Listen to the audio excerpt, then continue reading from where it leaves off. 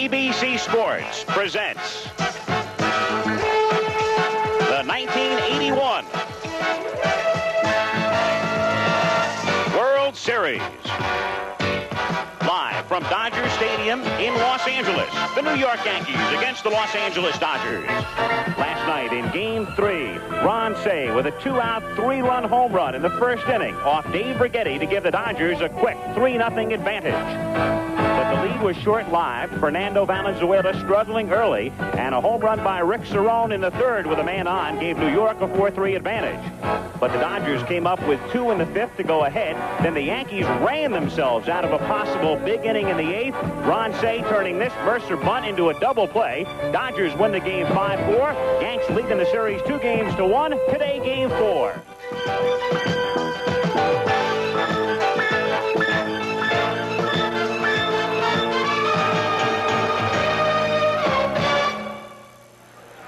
Dodger Stadium sold out again as the Dodgers try to get even in the series. And this ABC Sports presentation is brought to you by Lowenbrau. When you want the taste of a truly great beer, there's really only one. Tonight, let it be Lowenbrau.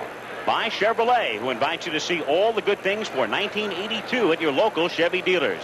Chevy makes good things happen. By Gillette, makers of Good News and Swivel, the twin-blade disposable razors. Gillette puts 2 great shaves at your disposal. And by General Electric. GE makes products that make life easier and better. At GE, we bring good things to life. And hello again, everyone. I'm Al Michaels. Welcome to Dodger Stadium, Game 4. The Dodgers sort of like this script. Remember, they were down 2-0 in the divisional series and came from behind to beat Houston, down 2-1 against Montreal, beat the Expos in Montreal to advance to the World Series, down 2-1 now, and very confident as they try to even the series and in quest of their first World Championship since 1965. A crowd of more than 56,000 looking on at Dodger Stadium. Right now, let's join the PA announcer at Dodger Stadium, John Ramsey. And now, to honor America, here to sing our national anthem is a great performer and a star of Days of Our Lives, Miss Gloria Loring. Won't you please join me?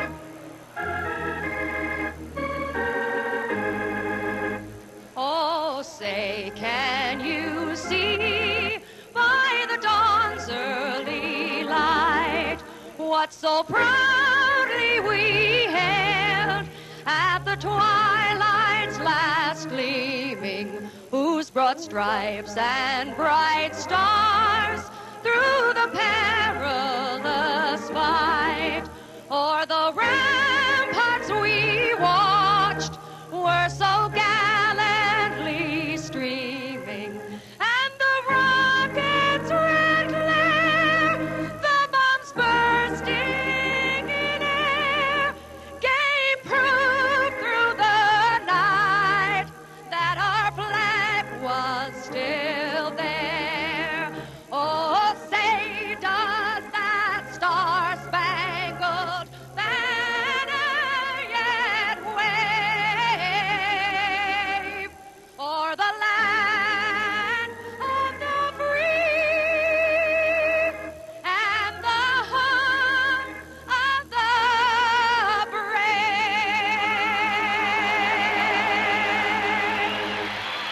Miss Gloria Loring. Thank you, Gloria. Ladies and gentlemen, the honor of throwing out the first ball today goes to a man who managed the Dodgers to 4 World Championships.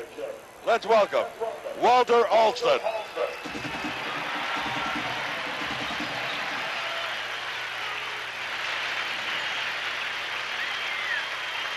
Walter Alston, a man from Ohio, a great pocket pool player, a quiet man.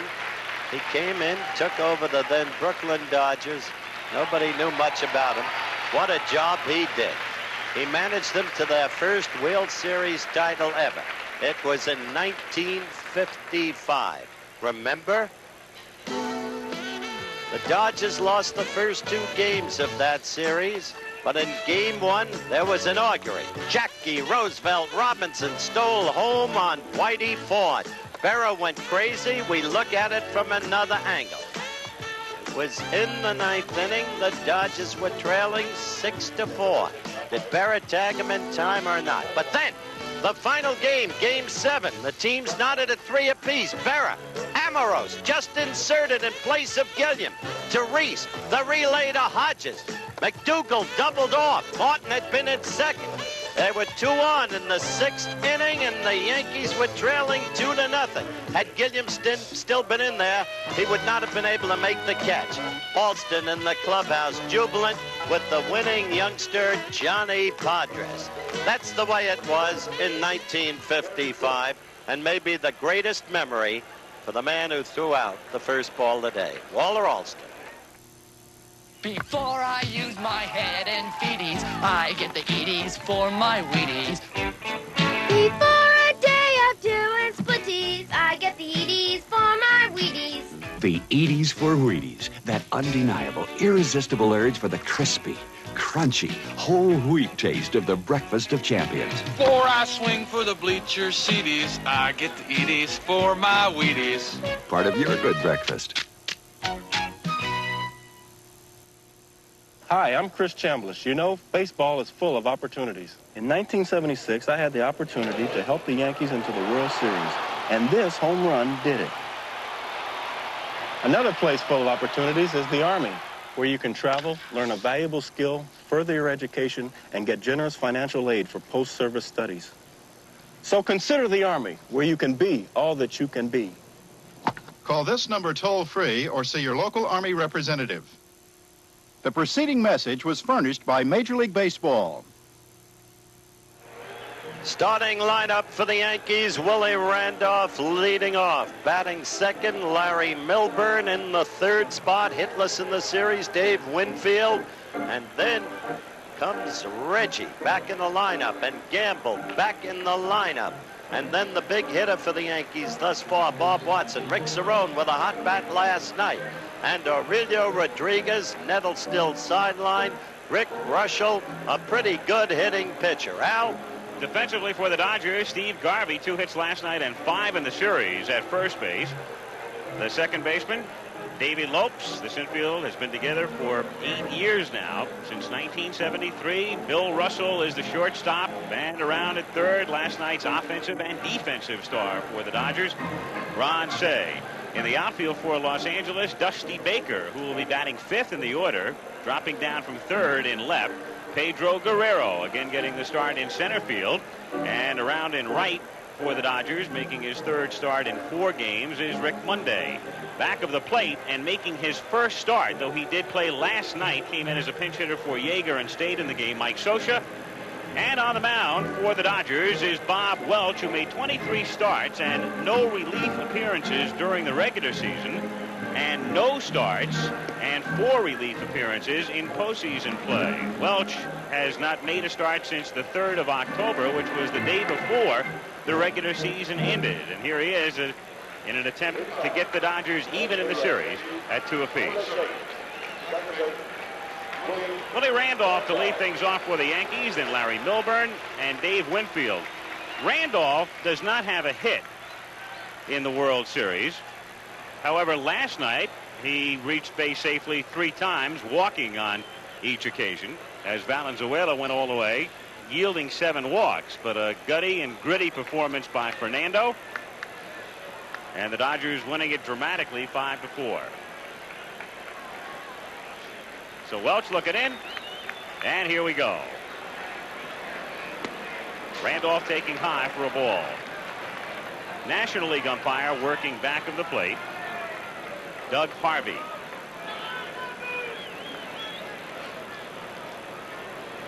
Randolph bluffs a bunt.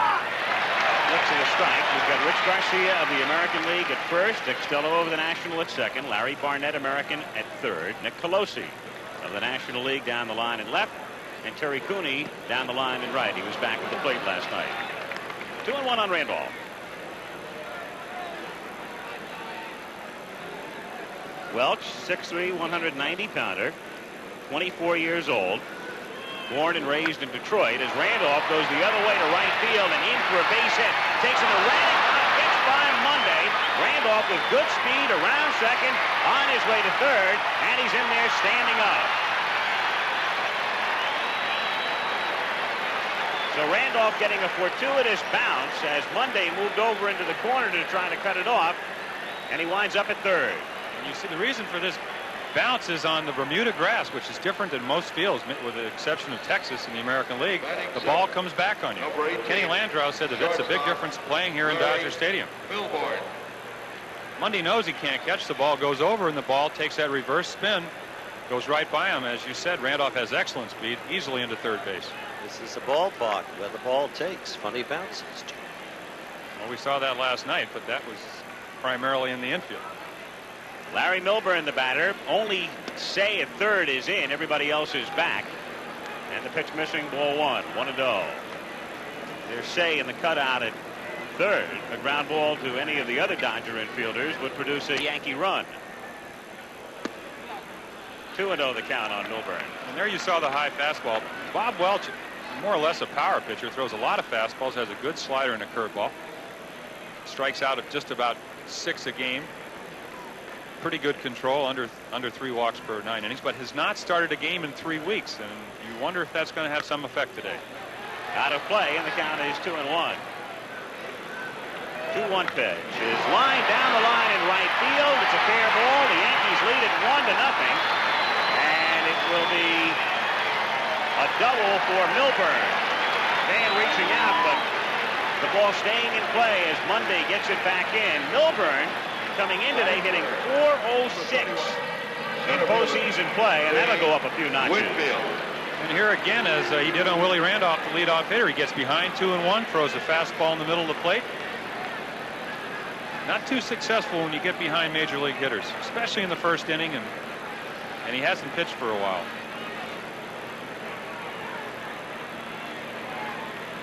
And again, you'll see a fastball right down the middle. Milburn most likely looking for a fastball. Pulls it in the corner. 1-0 Yankees. Milburn atoning somewhat for the transgression last night on the bases, and Dave Winfield stands in, hitless in the series, and Scioscia has to block it in the dirt. 1-0. On deck and making his first appearance in the World Series, Reggie Jackson.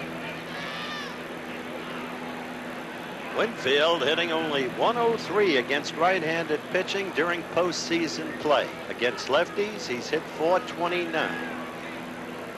Well, his job here is not to drive the runner in, to get him to third base. And that's why you see Welch trying to throw him a breaking ball, hope that he'll hit it to the left side and keep the runner at second.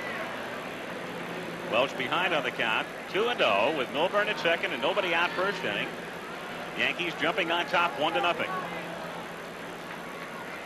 Lopes at second, pushed over toward the middle. Outfield playing Winfield to pull. Inside again for ball 3. 3-0. A look at the Dodger defensive alignment. You see Lopes playing almost up the middle at second.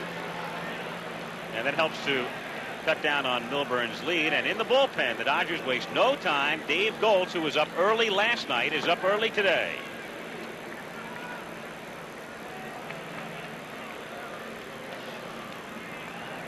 .3-0 on Winfield. And he's aboard. So a triple, a double, and a walk, and the first visit from Ron Perranoski, the Dodger pitching coach. It's interesting that both managers opted not to go with their Game 1 starter today. In recent World Series, we've quite often seen a pitcher work in Game 1 and also in Game 4 with the off day, but we'll go back to the Game 1 starters tomorrow when it will be Jerry Royce for the Dodgers and Ron Guidry for the Yankees. And if you project ahead, if you go to a 7th game and they stay in the current rotation, you could have one game for the World Championship on Wednesday, matching again the 2 rookies that we had last night, Valenzuela and Righetti. In the meantime, there is Reggie. Remains to be seen how much, if any, he's rusted at the plate because of his absence. He was swinging well. Got 2 big home runs in the Milwaukee series. And similar to the confrontation we depicted in the pregame show, They were 1-1 back in '78. 1 strikeout, 1 home run. 1-0 on Jackson. Each man remembers it vividly. So we're down to the last out for the Yankees. Dent, the tying run at second. Tiebreaker, Blair's at first. Reggie Jackson is the batter. You couldn't ask for a more dramatic moment for a young pitcher to walk into right here. Strike one. Wow.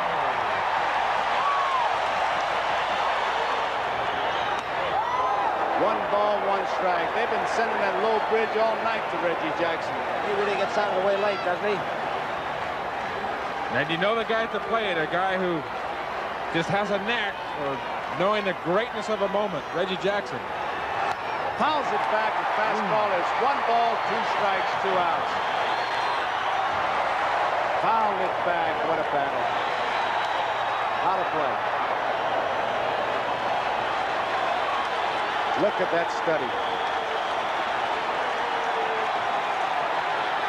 Ball.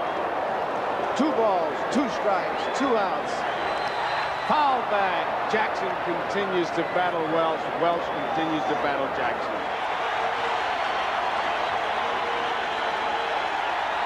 High, ball 3. We're down to a full count. 3 balls, 2 strikes, 2 outs, and they pick up the percentage now. Paul Blair will be off as soon as Welch starts at the plate. Quite possible he could score on that long single.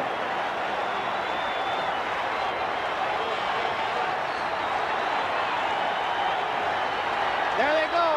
Struck him out. Ball game is over. Bob Welch, a tremendous pitching performance. Listen to the crowd.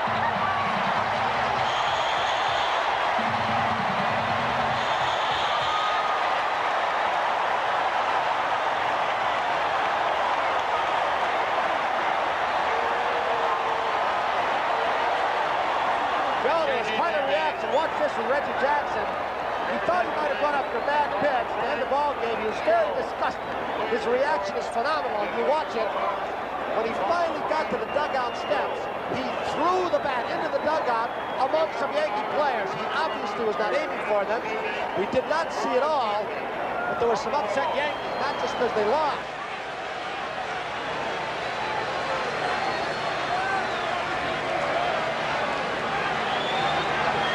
Oh, that's gone. That's 2 more. He stayed at home plate. Forget it. That's way out of here.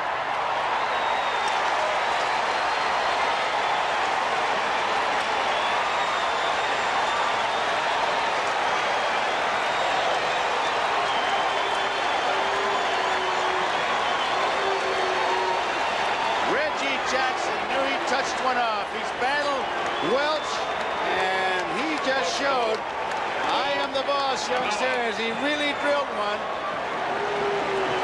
Tips his hat to the fans.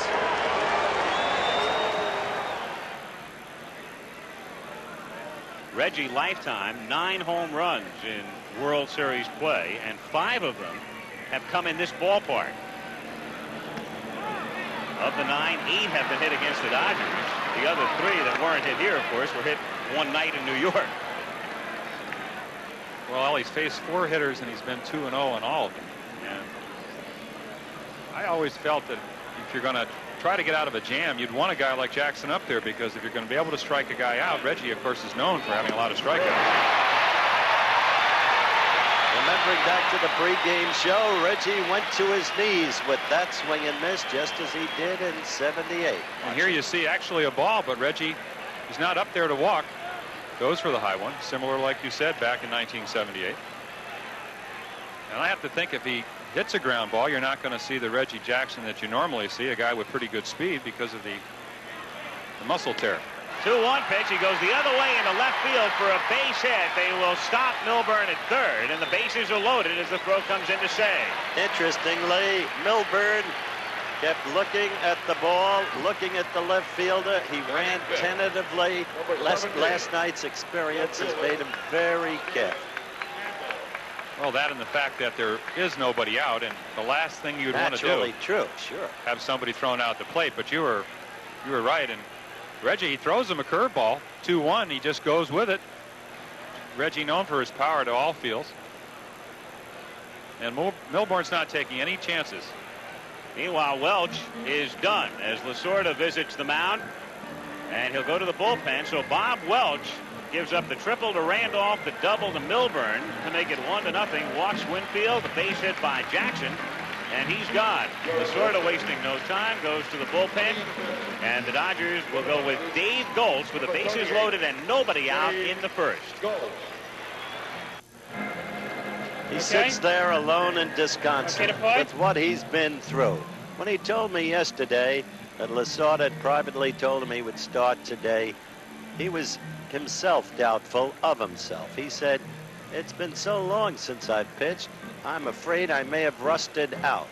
And that inner fear manifested itself with today's terrible disappointment. Quite a human story. But there is another story. Dave Goltz, who had some decent seasons at Minnesota, including a 20 victory year in 1977. The Dodgers shelled out a lot of money to sign Goltz as a free agent. Prior to last season, he was a disappointing 7-11 in 1980, and then this year, 2-7 his mark. He won his first 2 decisions and then lost his last 7. So Goltz, who pitched in Game 1 on Tuesday night, he faced one batter, got Lou Piniella to pop out to end the Yankee 4th inning. Comes on here with the Yankees in front 1-0, the bases loaded. The Yankees have Milbourne at third, Dave Winfield at second, and Reggie Jackson at first.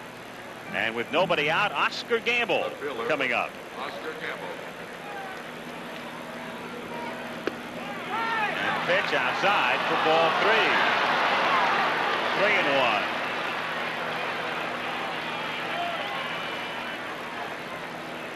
Well, as we said earlier when Oscar played, he's up there to hit home runs, but he has an excellent eye, and he's looking for a ball in the middle of the plate. He's run the count to 3-1.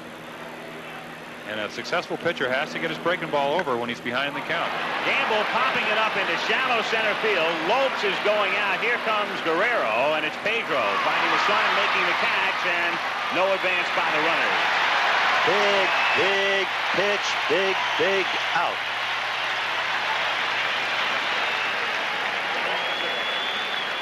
So Pedro Guerrero, who has had his troubles in center field in the past couple of years at Dodger Stadium, in the daytime in particular, that ball hit a little too far to be ruled an infield fly, despite the fact Lopes went out for it. One gone. Watson hitting it high in the air to left field. Dusty Baker lining it up with Milbourne tagging. That's the second out, and the throw home is out in front of the plate, but the throw back to first not in time. So the Yankees lead it 2-0. Bob Watson getting home the run. Baker with a strong throw, but out in front of the plate. And then Sosa trying to get Jackson going back to first. Well, it's a high fastball, but it runs in. Doesn't get all of it, just far enough to score Milbourne. Baker makes a strong throw, and I don't know what Reggie's thinking about, but again, heads up play by the Dodger catchers. They're excellent arms, both Yeager and Sosa. So Jackson getting back. If you're wondering, by the way, had they gotten Jackson, the run still would have scored. It would have been a double play, but not a forced double play. 2-0 with 2 outs. Cerrone at the plate. Fouling it away. 0-1. Cerrone hitting it toward the middle, but backhanded by Lopes. Davey does it himself, and that's that for the Yankees. In the first inning, the Yankees sending 7 men to the plate, coming up with 2 runs, 3 hits, disposing of Bob Welch, and 2 men left on. So after a half inning in game number 4, 2-0 Yankees. And now the starting lineup for the Dodgers. Davey Lopes leading off. Batting second, Bill Russell. Moving up to bat third, Steve Garvin. Moving up to bat cleanup, Ron Cey. Having troubles at the plate, now batting fifth, Dusty Baker. Then Rick Mundy, Pedro Guerrero, Mike Sosa, and the new pitcher now, Dave Goltz. Defensively for the Yankees, Bob Watson driving in the run with a sacrifice fly. at first base. Willie Randolph, who got it started with the triple and the errant hop in right field, is at second. The shortstop, Larry Milburn, who scored Randolph with the double. And around at third, again with Nettles out of the lineup today, it's Aurelio Rodriguez, who had 2 hits last night. In the outfield, Oscar Gamble. In left, Dave Winfield is moving over to center. Winfield, of course, at San Diego, played mostly right field, though he did see some action in center. He's not a total stranger to that position. And around in right, Reggie Jackson. Back of the plate for New York is Rick Cerone. And on the mound is a man who is no stranger to the Dodgers, Rick Reuschel, spending his entire career in the National League with the Chicago Cubs until coming to the Yankees just prior to the strike. First, as we looked for a moment at Reuschel and now at Lopes, Jim, I think it must be admitted that Goltz did a very efficient job. They got out of that very cheaply. Well, that he did. He came in under difficult conditions, especially with the fan reaction here. I think he's one of the few Dodgers that they boo. Now came in and made a good pitch to Watson and just pitched his way out of that jam. As one expert in defensive outfield deficiencies, Jim, your long career with Baltimore, don't you think maybe the Yankees will be weaker defensively in the outfield with Gamble at left and Dave in the less familiar, though he's a great athlete, center field position? Well, no doubt. He's played a great left field for him. And I said during the second game that the reason I think they're so much better this year is because of their speed in the outfield. And half their speed is sitting on the bench today in Jerry Mumford. Davey Lopes leading off, takes a strike. Reuschel with a breaking pitch hit on one hop to Rodriguez at third. And the Dodger leadoff man is gone. 1 out in the first inning. And that brings up Bill Russell. Russell 3 for 12 in the series. 2 of the hits coming last night. 233 his mark for the regular season. And if you're going to describe Rick Reuschel, I would say he's almost like a right-handed Tommy John. He throws a sinker, never throws the ball the same speed, changes speeds on his fastball, has a curveball that Lopes hit to third for the first out, has a little bit of a slider, and just keeps the ball down in the strike zone. He's a quick workman. His roly-poly appearance, as I suggested, is utterly deceptive. A good runner, a good fielder at his position. Good breaking pitch, and Russell with a count 1-2. Full count, 3-2. The Dodgers with a lineup change today, so Garvey is on deck. Moving up from 4 to 3 as Russell hits a chopper to Rodriguez. Aurelio's strong throw is in time, so Rodriguez has handled both Lopes and Russell, and there are 2 down in the first inning with Steve Garvey coming up. Reuschel was 10 and 11 with a 3.43 ERA against the Dodgers in his 10 seasons with the Cubs. Remembering where the Cubs finished in those 10 seasons, that's not too bad, James. Well, also considering Wrigley Field, I think I've never pitched there, but you want to have a nightmare for a pitcher, pitch in Wrigley Field when the wind is blowing out, and I think that's probably why most of the Cub pitchers have developed sinker balls. Your only chance there is to throw the ground ball. Garvey takes that. It's also why some of the Cub statistics are not particularly indicative of the type of pitcher that would be working for Chicago. Your earned run average would have to suffer pitching half your games in that park. It's like in our league, it's hard to really sometimes get a true indication of what statistics mean in Fenway Park, either for a hitter or a pitcher.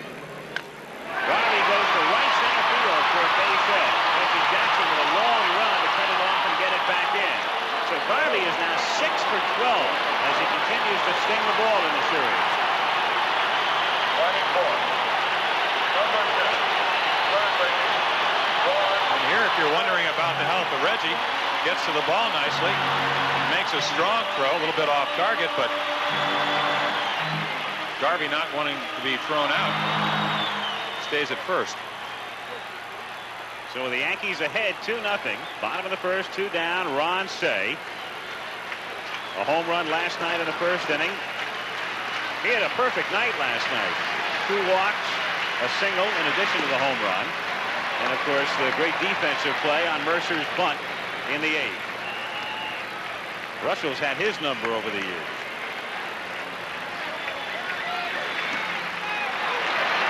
Do it on the count on Shea.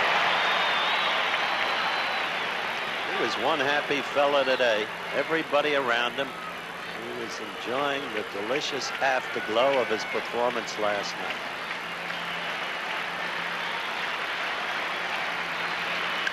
Shea lining it to center field, but right at Winfield, who has no problem with his first chance of the afternoon.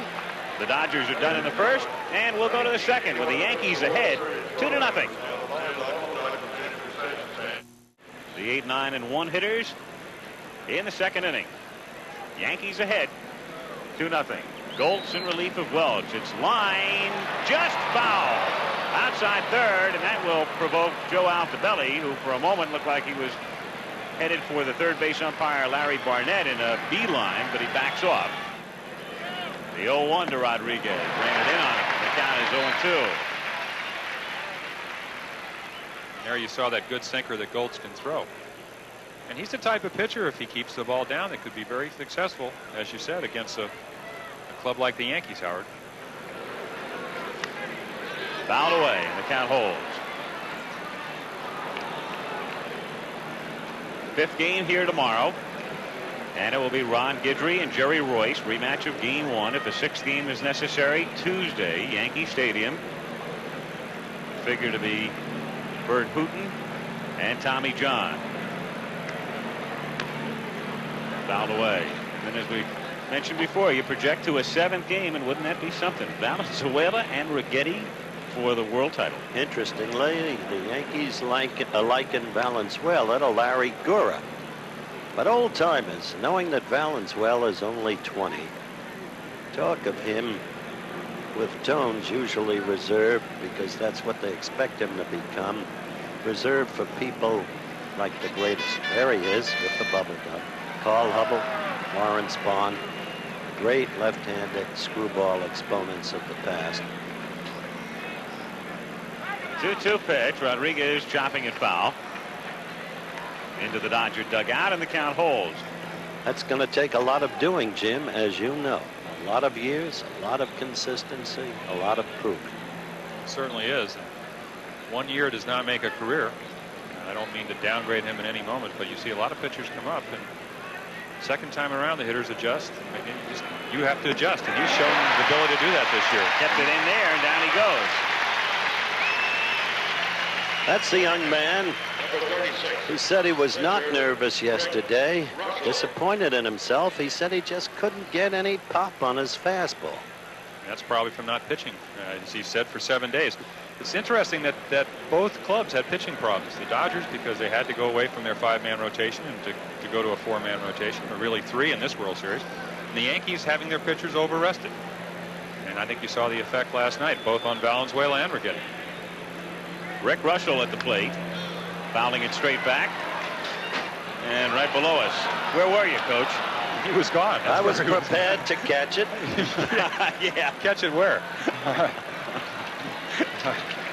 You were prepared for the parking lot last I looked. I remember getting clubbed on the chest by Butch Hobson while Euchre sat next to me, the former great second-string catcher, lying beneath the table and saying, "Get it, Coach, get it." Well, he didn't have his mask on.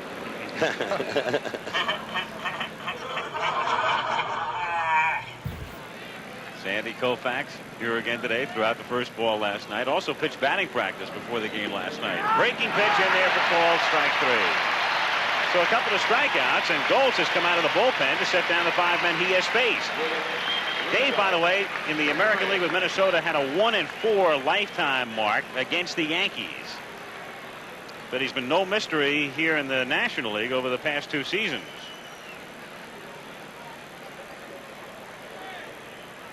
One and 4, you say?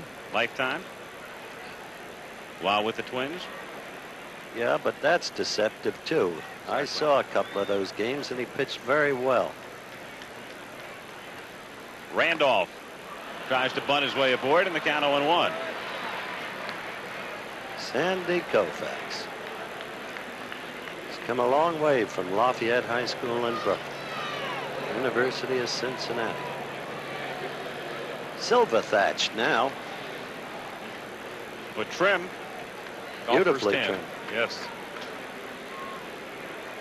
I mean, having pitched the last game against him, it was amazing to see him throw as hard as he did and then have that be his last game. 0-2 the count. 15 years ago. 1966. Is it that long?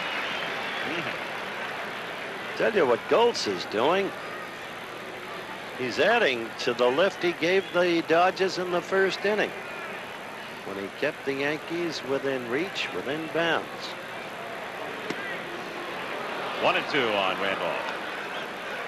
He gets in a groove. It can be this way all day.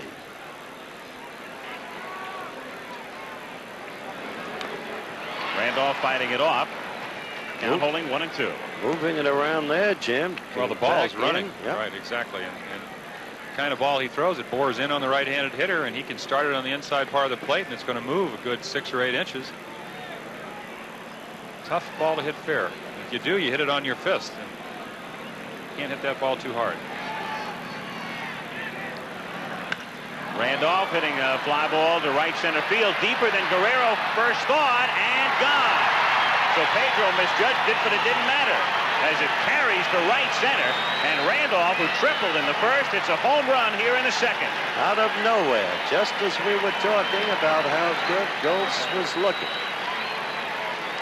Willie Randolph hit only 2 homers during the regular season, but of course he had 1 against the A's in Game 3 in the American League Championship Series. And now another here. Well, we were also talking about how he got the ball inside. That one is right in the middle of the plate. And here's the difference between Dodger Stadium and Yankee Stadium. The ball just flies here. And you don't see Randolph going out over the right center field fence too often.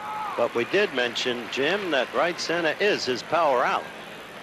Well, that's where he drives the ball. But if you were going over a scattering report of Willie Randolph, you would say wouldn't look for home runs. No. You would say he has double power. He did happen to hit one off me a few years ago. Is that unique? No, not at all. Not at all. Rick Mundy said that he has never seen the ball carry the way it did last night. In the first 3 innings, maybe that accounts for some of the balls going as far as they did. That and the fact that they were bad pitches. 0-2 the count on Milburn, who takes up high. 1-2. 2-2 pitch is chopped to the right side. Davey Lopes waits for it, throws him out. In the second inning for the Yankees, they stretch their advantage with a run, 1 hit. Randolph's homer. Nobody left on. At the end of 1.5, it's 3-0 Yanks. Very quickly, a final score from South Bend, Indiana, where Southern Cal has wrapped up a 14-7 victory over Notre Dame. Notre Dame missed 2 field goals and fumbled the ball away in scoring territory late in the football game. The winner for Southern Cal, a 26-yard run by Todd Spencer with just over 4 minutes to go. Now back to the Dodgers. Dusty Baker up. Jim Lampley just told our viewers that the Trojans of Southern California have defeated the Fighting Irish of Notre Dame 14-7. Coach Faust having a very difficult initial year. Dusty Baker leading things off in the bottom of the second inning. 1-0 the count. 2-2 pitch is just outside. Ball 3. Last night's Yesterday's hero. Dusty Baker, by the way, has a good career hitting record, .338 against Russia. Maybe this is the man to get out of his slump against. Line, but right at Milburn, who cradles it for the out. 1 gone in the second inning. Batting second, number 16, right fielder, Rick. A lot of times on knuckleballs, on a line drive, the ball will knuckle, and Milburn did what he should do, get right in front of the ball. So 1 away. And Rick Monday, his figures during the regular season. Said he's ready to become a broadcaster. He'll be ready to work in about a month, Al. Well, he'll work in the offseason, but I'm wondering about whether he'll continue that when next season begins. As he lines one to left field, and Gamble angles himself against the sun to make the catch. 2 down. Remember a couple of years ago, it looked like Rick's career might be over with the Achilles tear. Played sparingly in 1980 and again this season. But coming through in the clutch for the Dodgers with the dramatic home run, of course, on Monday to vault them into the series. Pedro Guerrero fouling it away, and the count is 0-1. I think we should note that the last 3 batters have hit the ball on the nose off Ruscio. Say lining one to center, Baker lining one to short, and Monday lining one to left. Guerrero gets it off the hands and into shallow center field. So they hit 3 shots and then a looping single.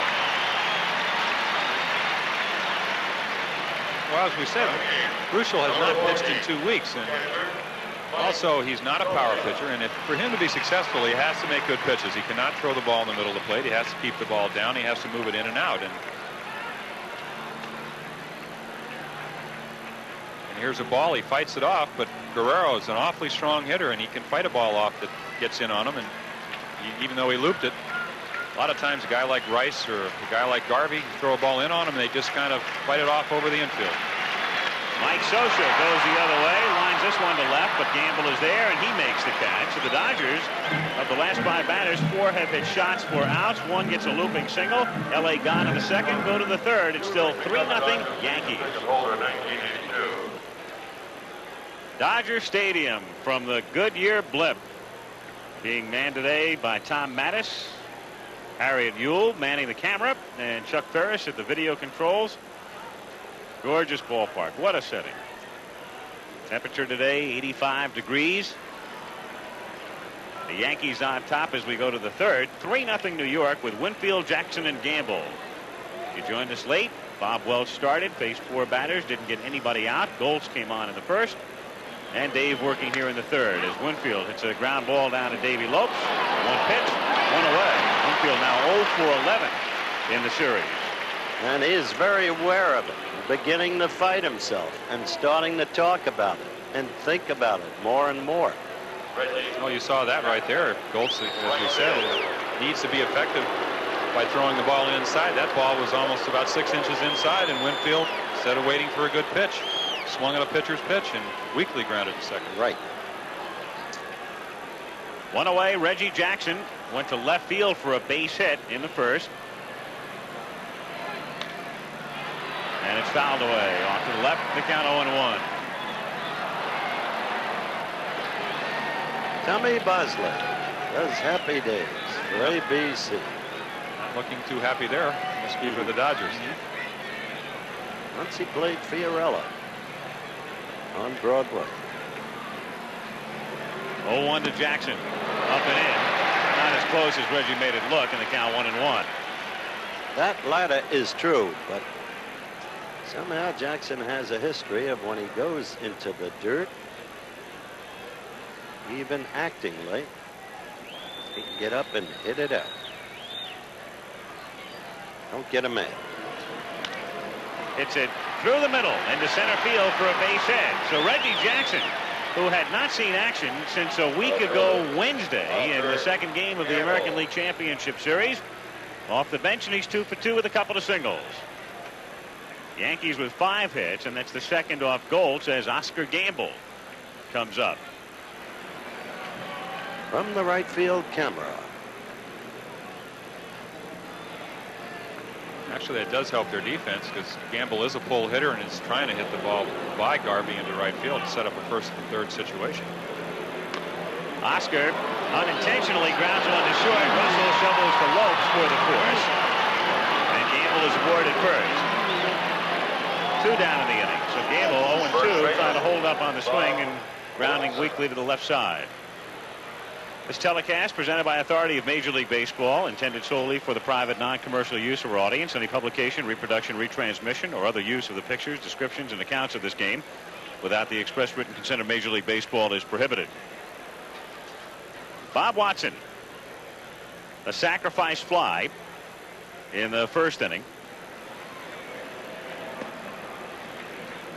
1-0. Dodger pen busy again. Terry Forster begins to throw. Goltz is due to lead off when the Dodgers come up in the bottom of the third inning.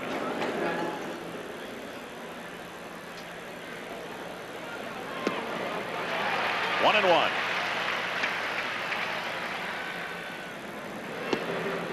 And it's 2-1 on the Bull. 2-2 to Watson is inside for ball 3, so full count. And I would think here Goltz will probably come back with a breaking ball. Nope, looks like a fastball in. And it's low, so Watson is aboard. First walk given up by Goltz. It's our nerve center. A look down from the Goodyear blimp. Trucks outside Dodger Stadium. And a look in where a crowd of what I would guess to be better than 56,000. They had more than 56,000 last night. 56,236 to be precise. A new all-time stadium record looking on. And very, very quiet right now. The Yankees ahead 3-0. New York with runners at first and second, and 2 down in the third inning. Cerrone grounded out in the first. Throw down to second, and Lopes falling down and one-handing it. Gamble getting back to the bag.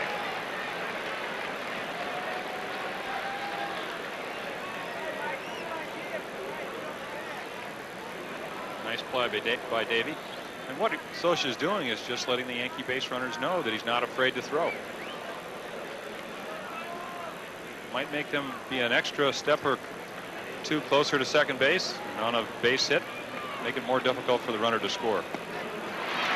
1-2 the count on Cerrone. Cerrone wants the umpire to look at that one. It's Tommy Lasorda in pensive mood. It's on from the dugout.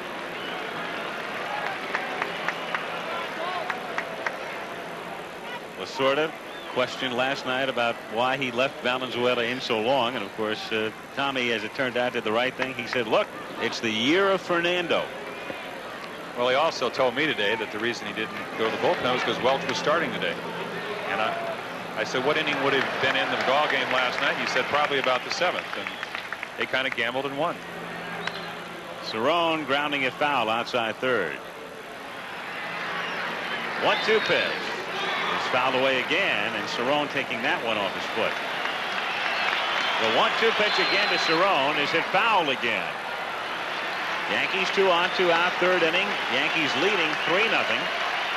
Gamble at second. Watson at first, and the 1-2 to Cerrone again fouled away.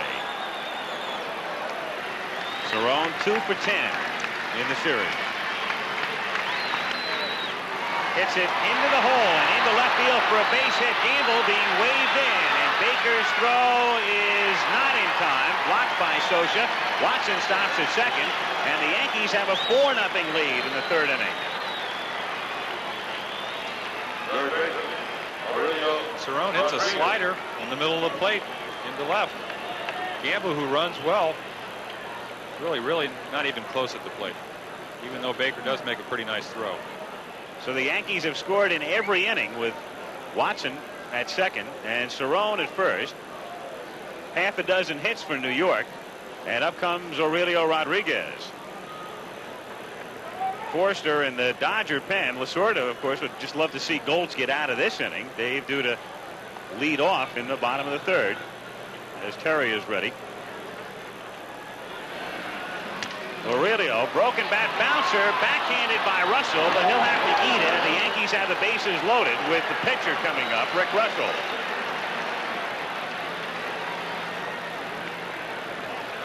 An infield single for Rodriguez. 3 hits in the inning for the Yanks.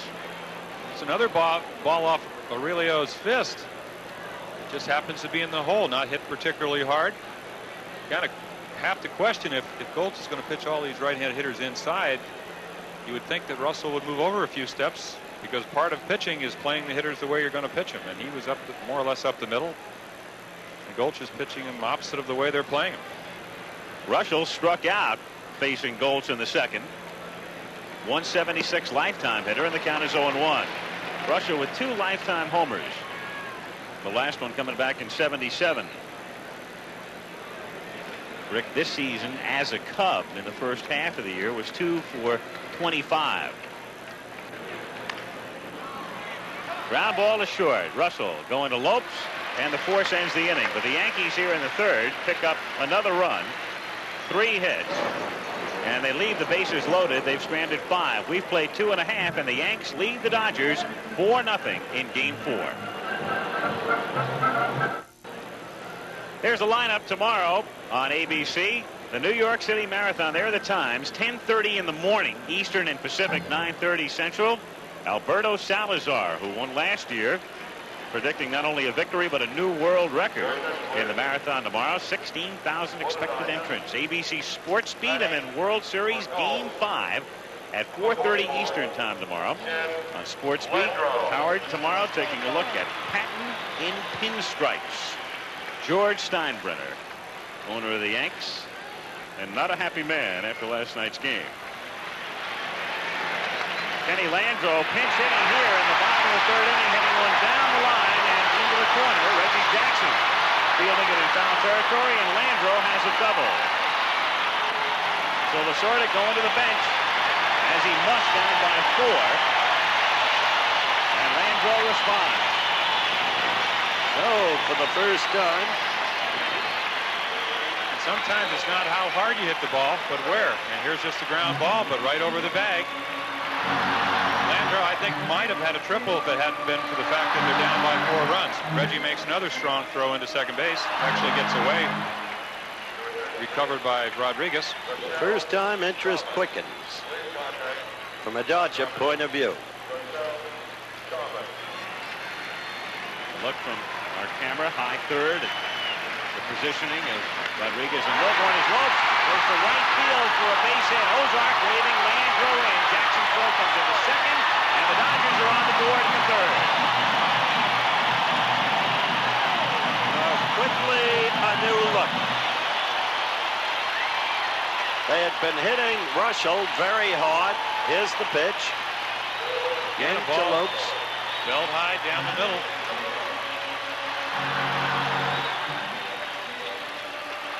Davey was third hit in the series. The Yankee lead now 4-1. Bill Russell, the batter, and the Yankee bullpen will get busy. 4 of the 5 previous hitters to this inning when Landreau came up had hit the ball hard against Russell. Russell grounds it foul, and interestingly enough, those 4 all lining out, and the one man who did not hit the ball hard, Guerrero, looping a base hit to center. Frazier, who pitched last night, George again throwing in the Yankee bullpen, back of Russell. In the third. Lopes goes. The pitch is outside. Cerrone's throw, not in time, and Willie Randolph arguing the call with the second base umpire, Stello.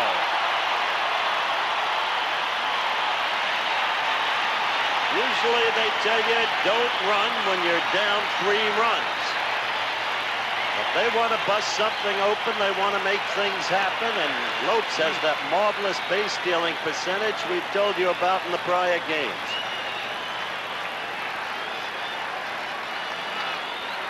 He was safe. Davey now 7 for 7 in stolen base attempts in postseason play as Russell tries to go the other way, loses his bat, and the ball winds up in the seats off to the right. 1-2 the count. On the outside corner, and Billy knew it. So Russell gets a big out here in the third. 1 away. Here you see the curveball breaking right on the corner. Pitcher's pitch. But up comes the man they have not been able to stop. Batting third today, Steve Garvey, 1 for 1. 6 for 12 on the series, and look at that with runners in scoring position. However, Garvey taking inside. Steve, 6 for 12 in the World Series, and also a couple of loud outs. the only hit he got that was not a shot, Al, was that Baltimore chopper last night.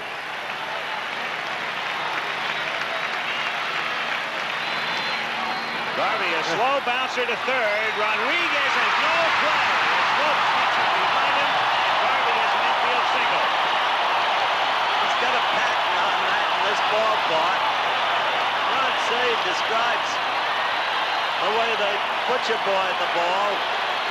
That's what Stengel used to call it. Hit down on it. The clay is not at third base.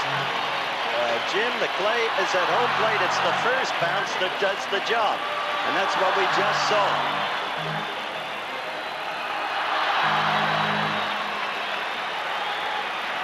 So the Dodgers, trailing 4-0 going into the inning, have scored a run. They have runners at first and third. One gone. Cey line to center in the first inning. Yankee infield looking for the double play. 1-0. Fran Cey. And the tying run in the form of her husband at the plate. And he had a 3-run blast last night in the first inning. The 2-2 to Cey. Is it high in the air to deep left field. Winfield going back. She's gone.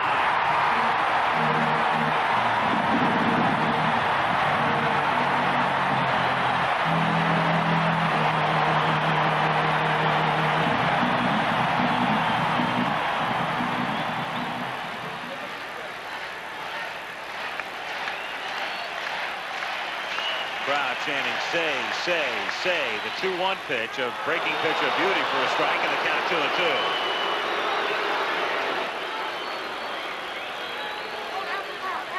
And here you see a 2-1 pitch. As we said earlier, for him to be successful, Cey doesn't think it's a strike. Umpire makes a late call, but it's better to be late than make the wrong call. He felt it was a strike. 2-2 pitch. Ball 3, and the count is full.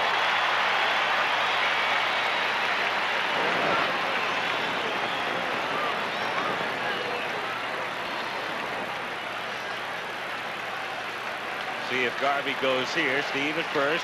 Lopes the runner at third. And Garvey goes as Cey hits a bouncer toward the hole. Backhanded by Milburn. As one play first base scooped out by Watson. And Lopes comes in to score as Garvey goes to second. So it's 4-2.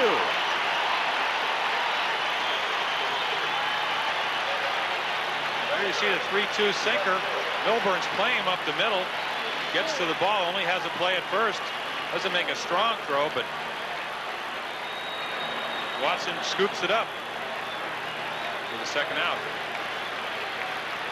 2 down, Garvey at second base, and Dusty Baker lined to short in the second inning. Dusty 1 for 11 in the series.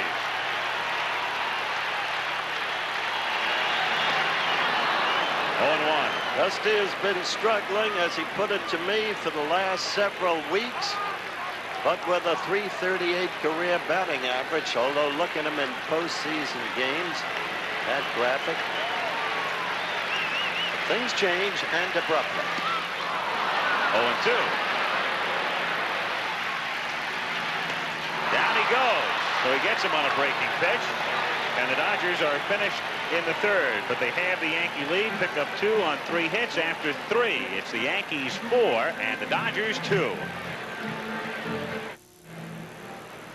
Third Dodger pitcher of the day is Terry Forster, coming on in relief as we go to the 4th inning.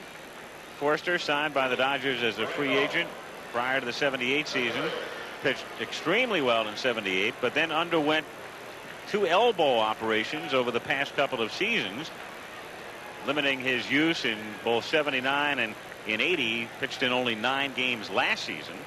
This year, Terry in 21 during the regular season with a record of 0-1 and an ERA of 4.06. Willie Randolph with a triple and a home run to lead off in the 4th inning. 1-0 the count. 2-0 now.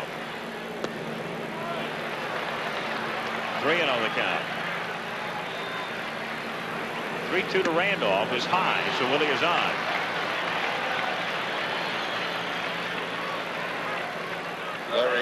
Randolph drawing his 6th walk in the 4 games.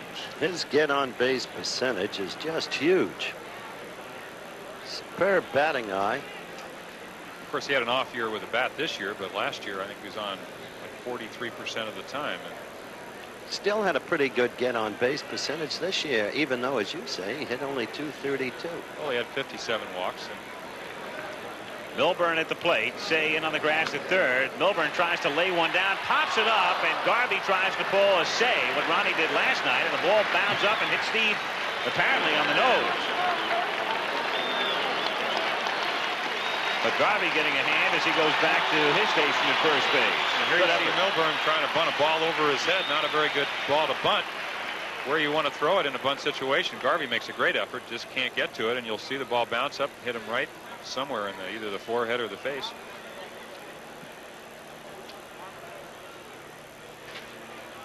Garvey back on the bag at first, holding Randolph aboard. 0-1 the count. Say ready to charge from third.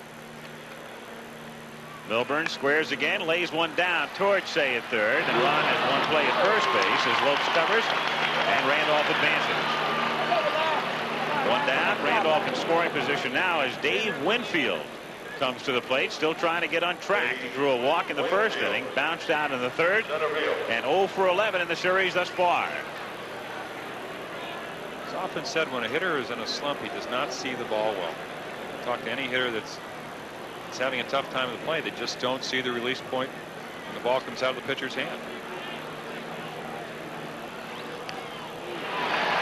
Sosa taking a piece of that one, and the count is 1-1. There you saw him swinging a low fastball, tailing away. Not a good pitch to hit.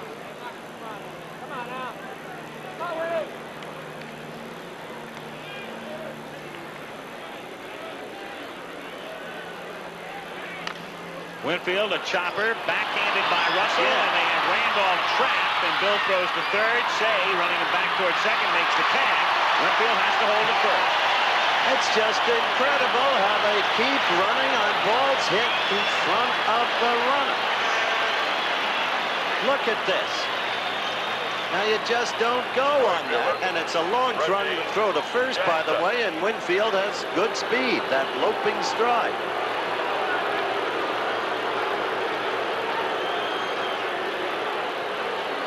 I think they should start practicing that play for next year. 2 down with Winfield at first base. Randolph shaking his head, wondering how he could do it. It was that simple. He hates himself, but they keep doing it. Jackson takes high for a ball, 1-0.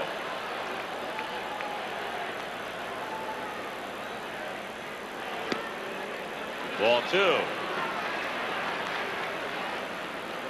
2-0 pitch to Reggie. In there. Good one.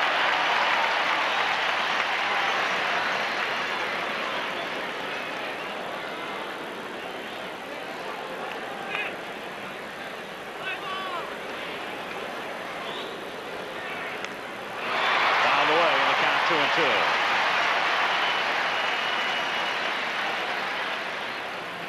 They send Winfield. The pitch is inside. Scioscia's throw is not there in time, and Winfield with a stolen base.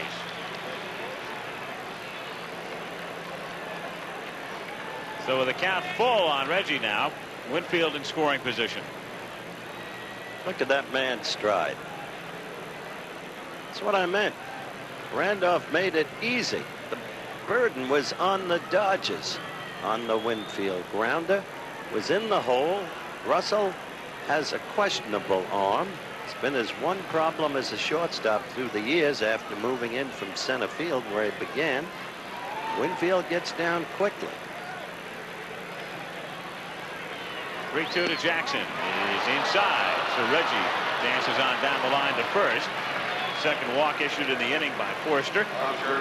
And Oscar Gamble coming up. Gamble 0 for 2 today. Look at him against left-handers.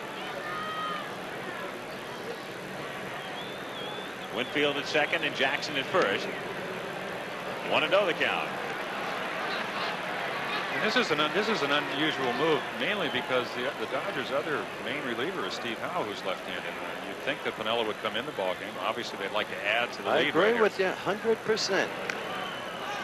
Foul at the plate. And that's not to say that Oscar, I know that the graphic said that he's 0 for 11 this year, and I've seen him get many hits off left-handers, especially when he used to play with Cleveland, because he played more often. But there's Lou.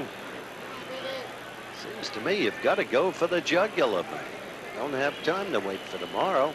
Well, you're not hurting yourself, because Piniella, back in '78, made the outstanding defensive plays against the Dodgers in that World Series, and has played very well in right field.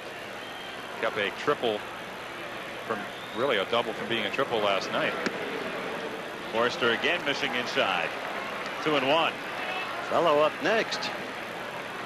Something to think about, Mr. Watson. Well, Terry Forrester knows that he has to get Gamble out. This is the matchup you want.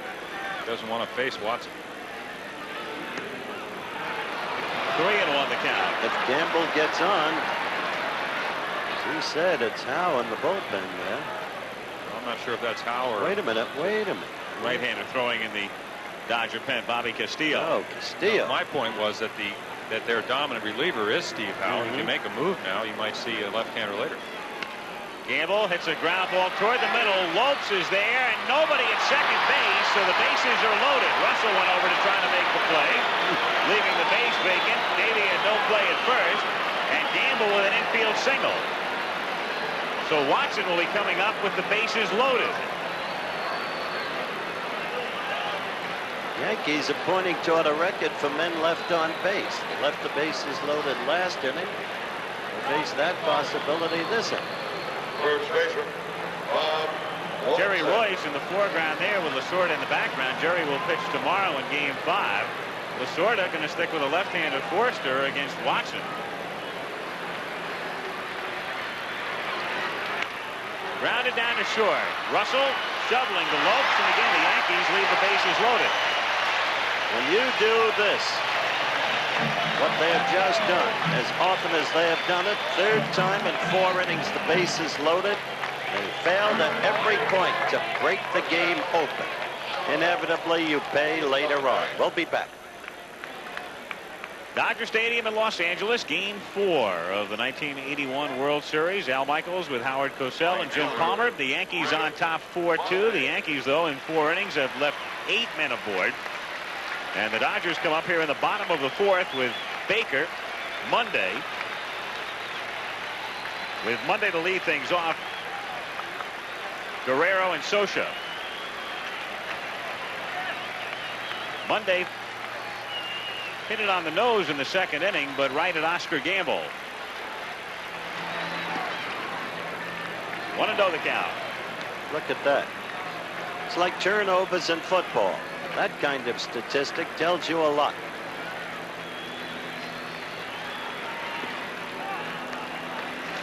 Two-0 the count.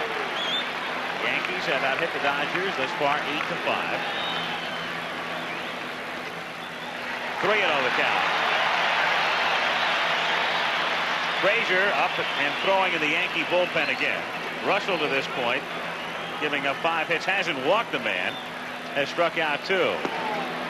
And the pitch is outside, so Monday draws a walk on 4 pitches. And Pedro Guerrero coming up. And it seems to me Bob Lemon can't sit there today. Keep going back to the number of men they've left on base. The Dodgers have lived dangerously thus far today, but under the circumstances, very well. First inning, 1 in, bases filled, none out. Yankees settled for 2. Guerrero takes low and inside for a ball. 1-0 the count. 2 other times, bases filled, and one case settled for 1, another case for none. 2-0 the count. This is something that rarely happens to Rick Russell, who has excellent control. As you look at Bob Lemon, Russell averaging only 1.3 walks per 9 innings since the trade from Chicago. Those are his figures with the Yankees. He walks Monday on 4 and has missed with 2 straight to Guerrero. Marone coming back behind the plate with a count 2-0 on Pedro. What do you think's happening to him, Jim? Trying to be too fine? I think anything but that. He's maybe trying to make good pitches, but 2 weeks inactivity. That's it. Could be. Over here for a strike, and the count 2-1. Lined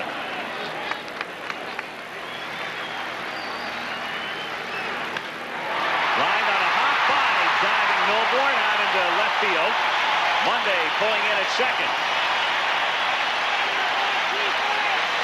Here comes Lem.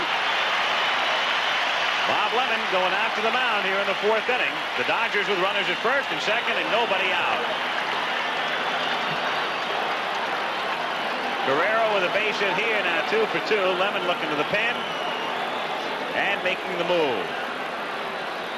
Here you see the ball by Milbourne. He does not adjust. You don't want to move on pitches because the batters will know what's coming. But last inning and this inning, both times, Ruschel's gotten behind the batters and he has not adjusted, has not moved over into the hole. That's Rudy May, who'd been up with Frazier. He's coming on in relief in the 4th. Rudy May, out of the Yankee bullpen, came in last night in relief, worked 3 innings, gave up no runs and 2 hits. And he'll be facing Mike Scioscia here in the bottom of the 4th inning. The Yankees on top, 4-2. Scioscia 0 for 1, fly to left field in the 2nd inning. Mike, the number 8 hitter. So we'll see what Lasorda has in mind here. Pitcher Forster due up next. Dodger bullpen is busy with Tom Niedenfuhr throwing. Yankee infield expecting the bunt with Watson and Rodriguez in shallow. The Dodgers have Monday at second, Guerrero at first, and nobody out. Scioscia lays it down. Nice bunt. May looks at third, goes to first, and a fine stretch by Randolph to get the out there as the runners advance. The Dodgers with a tying run now at second base. And Reggie Smith coming up to bat for Forster.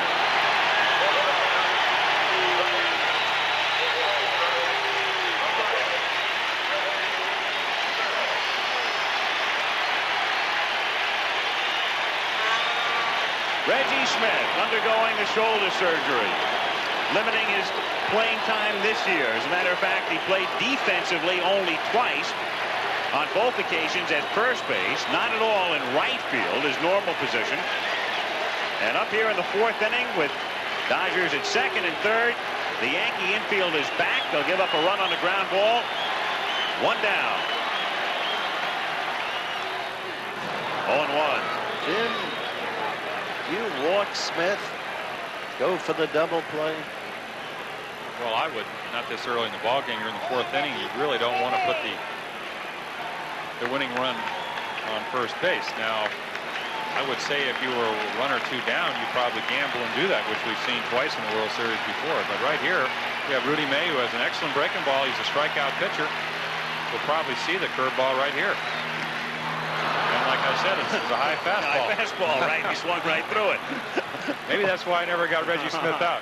But really, Reggie Smith from the left side, who when I faced him, was basically a low fastball hitter. That, when his shoulder as well, is the kind of a pitch that he liked. From a left-handed pitcher, much better high fastball hitter than he was from the other side of the plate. But Rudy does have him in a hole, and Reggie's got to protect the play. This is where you might see a hitter swing at a pitch just a little bit out of the strike zone. And Smith has gone on a breaking ball. Very so good. On 3 pitches, down he goes. Very good, James. Well, don't give me the credit. Rudy May, he has an excellent curveball, as I said last night, and he just made him aware of the fastball by throwing it away, and then he came in with a good curveball just a little bit off the plate, and Reggie chased it. More than that, the damaged shoulders have hampered his swing. You're much better off percentage-wise pitching to him. Lopes has been a pest. He hits effectively to the opposite field. He's a contact hitter. Not much of a double play man, as he hits the ball extremely hard to one infield. Lopes has been a particular pest the last 2 games. 2 hits last night, 1 for 2 today. Drove in a run in the 3rd inning. 2 out. Monday at third, Guerrero at second. A strike to Davey, and it's 0-1. I think that's the reason why the Dodgers have been playing better. Lopes has been getting on base. When we talk about for the Yankees, Willie Randolph's very important to their offense. Davey Lopes has been getting a lot of fastballs to hit. And again, you saw Rudy May make a good pitch with his fastball. And if you want to get Davey Lopes out, I would think you'd want to do it with a breaking ball.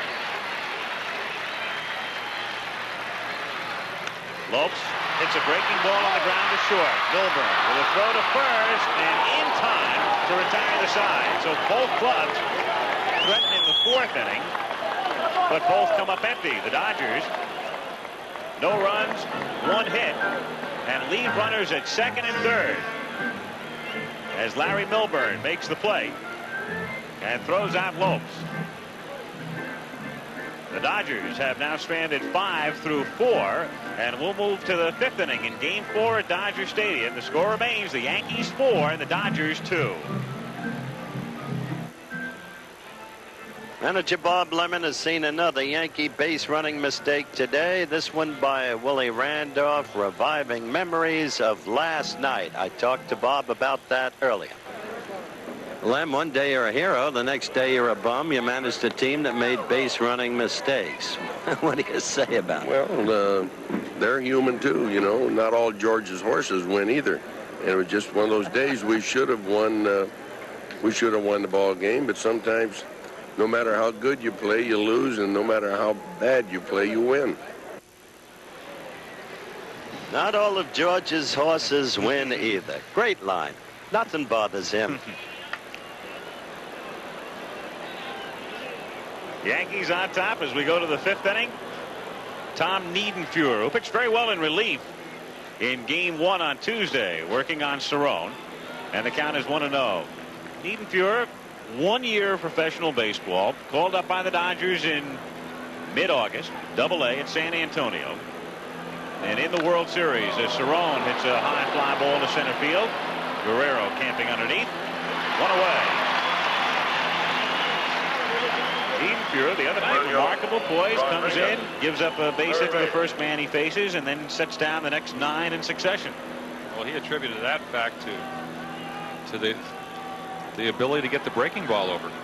Everybody knows that's ever watched him pitch that he has a lot of ability, good live fastball. But the other night he threw some excellent sliders, and when you can do that, when you have a good fastball to go with a good breaking pitch, and you get them both over, it makes it a lot easier. And he did that the other night in Yankee Stadium. Working here now on Rodriguez, who fouls it away, and the count is 0-1.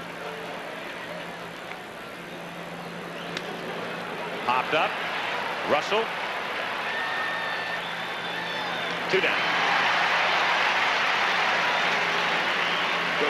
So Rudy May will be coming up, I think, for the first time. Last night, May came on, and even though Rudy was in there when the Dodgers scored what turned out to be the winning run, he kept the Yankees in the game. Winning run last night coming in on what was a double play in the fifth inning. May doing a fine job last night and again here. And Rudy going for the downs, 0-1. One must presume at least 3 reasons why Lemon put in Rudy May. First, Socia, the left-hander, was up at the time. Second, as discussed, Reggie Smith would have to bat right-handed against him. And thirdly, he wanted a veteran in there. May in the air to left field. Baker going over into the corner. Dusty has room. So for the first time today, the Yankees are retired in order. And in the middle of the fifth inning, 4-2 Yanks back at Dodger Stadium after this commercial and a word from our local stations. Johnson's Baby Shampoo presents Bucky Dent and Bill Russell. My hair's a mess after every game. Same here. So I have to shampoo every day. Yeah, but shampooing that much worries me. Then don't use anything harsh. Use Johnson's. It's gentle enough to use every day. Johnson's doesn't dry out your hair. Leaves it clean, thick, and healthy looking. Would Johnson's do that for me? No tears, no runs, no errors. Johnson's Baby Shampoo. It's gentle enough to use every day. From Johnson & Johnson. We go to the bottom of the fifth inning at Dodger Stadium with Bill Russell to lead off, followed by Garvey and Say. Rudy May on in relief for New York with the Yankees ahead 4-2. Russell taking low for a ball. Hill is grounded to third and struck out. May in relief of Rick Russell. Popped in the air, shallow right field. Randolph sprinting out, waving Jackson away, but Reggie says, I'll take it, and does. One away. Pitchers tomorrow in Game 5. Same matchup that we had in Game 1. It will be Guidry and Royce, and a big day of sports on ABC, beginning with the New York City Marathon. 10:30 in the morning, Eastern and Pacific. 9:30 Central Time, through the 5 boroughs of New York. Sports beat to follow. And the World Series Game 5. New York City Marathon on tomorrow. First time that live coverage has been provided start to finish in the United States. 1-0 on Garvey. Line to left field and toward the corner and in for a base hit and maybe more. Garvey taking the turn as Gamble gets it back in. So Steve winds up at second with a double. They simply cannot handle that man. 3 for 3 today. He has taken over as the hottest hitter in the series. Well, Rudy May got Russell out on a changeup. Here's another one. Garvey hits it on the end of the bat, hooks it right down the left field corner. No chance for Gamble to make a play on it. Garvey now with 8 hits in 14 trips in the series, and Say 0 for 2, standing in. 0-1.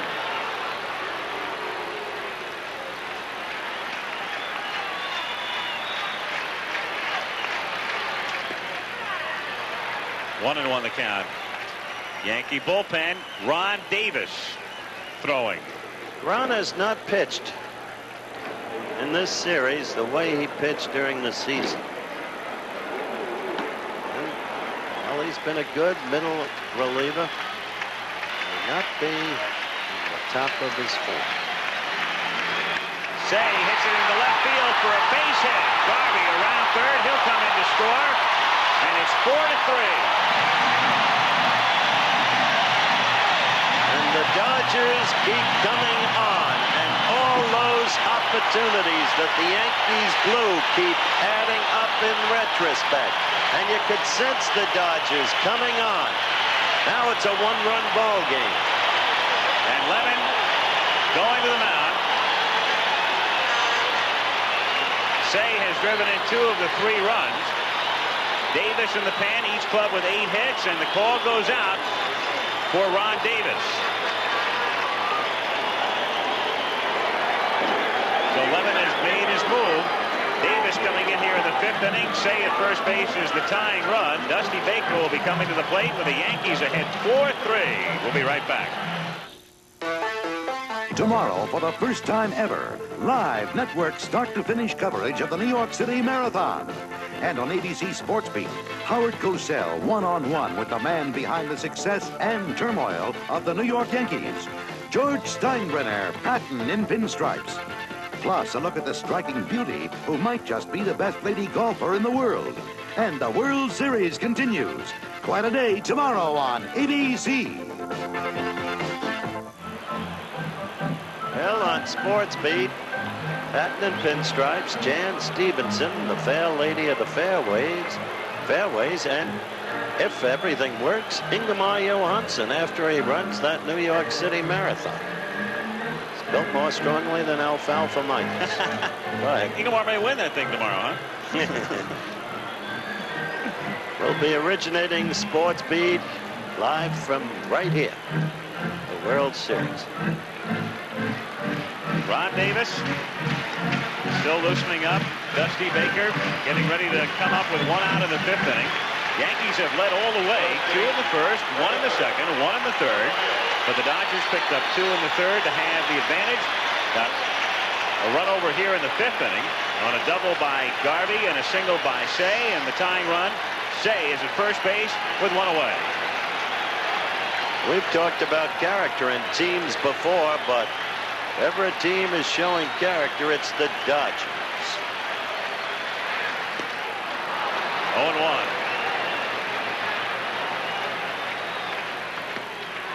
And quickly ahead on Baker. 0-2 now.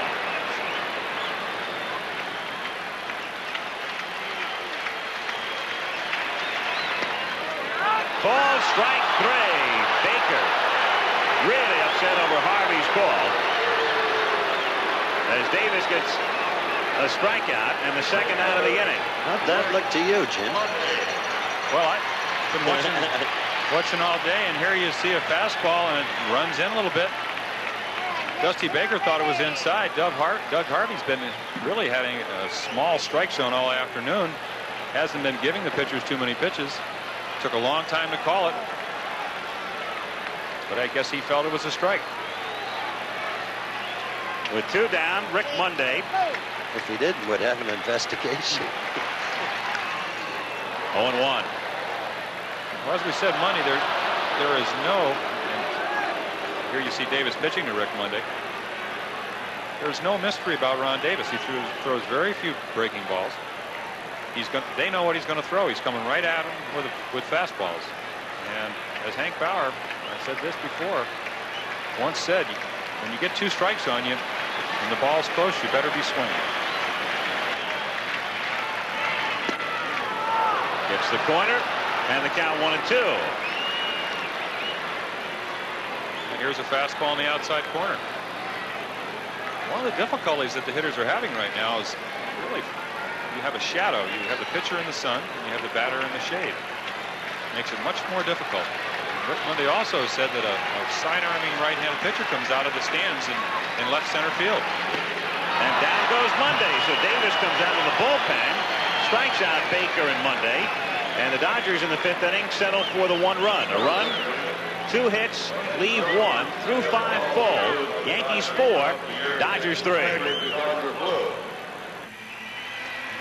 Game 4, the Yankees leading in the series 2-1, leading here through 5. 4-3 New York. Tom Niedenfuhr, the 4th Dodger pitcher. Bob Welch started, didn't get anybody out. Dave Goltz came on in the 1st. Terry Forster came on in the 4th. And now Niedenfuhr, who has faced 13 men in his 2 World Series appearances and retired 12 of them. Set the side down in order in the 5th and goes to work on the top of the Yankee order in the 6th inning with Randolph, Milburn, and Winfield coming up. Willie Randolph takes inside. Randolph, perfect day thus far. Tripled in the 1st, scored a run, hit a home run in the 2nd, drew a walk in the 4th. He's walked 6 times in the series thus far. Bouncer to short. Easy play for Bill Russell. Not so easy, though. Garvey can't save him either. Steve missing the tag. And arguing with a call, the first base umpire, Rich Garcia. And Tommy Lasorda will join in.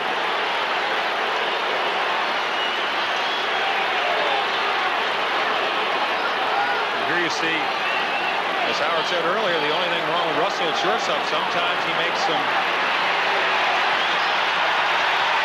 erratic throws, and you saw in the replay, Randolph reacts well to get underneath the tag. Can't really tell from that angle whether he was out or not. No, you really can't, and in point of fact, the umpire was not that well positioned. It's like a referee in boxing, behind the fighter, belaboring another fighter, but not able to see the degree of punishment being administered. In any event, he's safe, and that's that. Tommy, of course, loses the argument, but gets the crowd stirred up.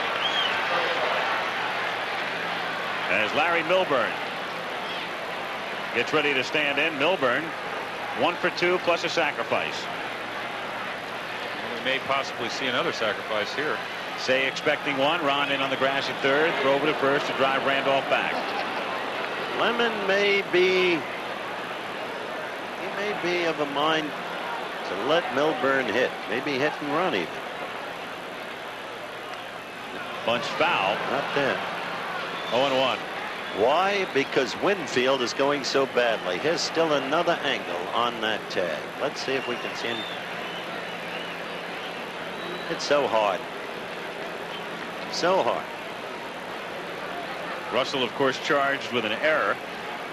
Dodgers have now made 4 in the series. The Yankees just 1. Milburn squares again. They pitch out, but Randolph not going anywhere. 1-1 the count. Bunted foul. It's a foul ball. then scooting out into fair territory. So the count is 1-2.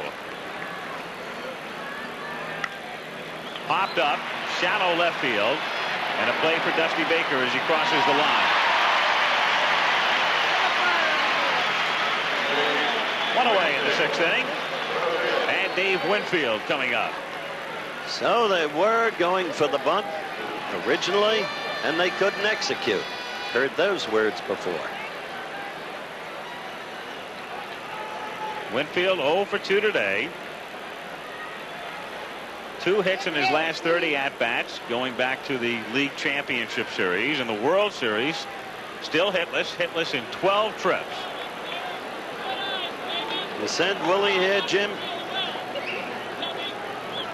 Well, Niedenfuhr has a big windup. I suppose if he's going to be running, it would be easier to steal off this kind of delivery. It takes a lot longer to get rid of the ball than Goltz or Welch. I would think that the way Winfield's hitting, you might want to hit in front. Might want to have the infielders moving a little bit, open up a hole for Dave. 1-0 the count. Randolph not moving here, and a breaking pitch missing for ball 2.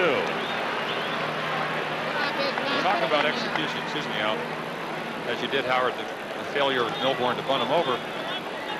I think any time a manager ever takes over a new ball club, what does he say he's going to do? I'm going to work on the fundamentals, and one of them, probably one of the most important, especially when you don't have a DH, is bunting. Getting that guy over, getting him in scoring position. Close play as Randolph has to dive back into the bag.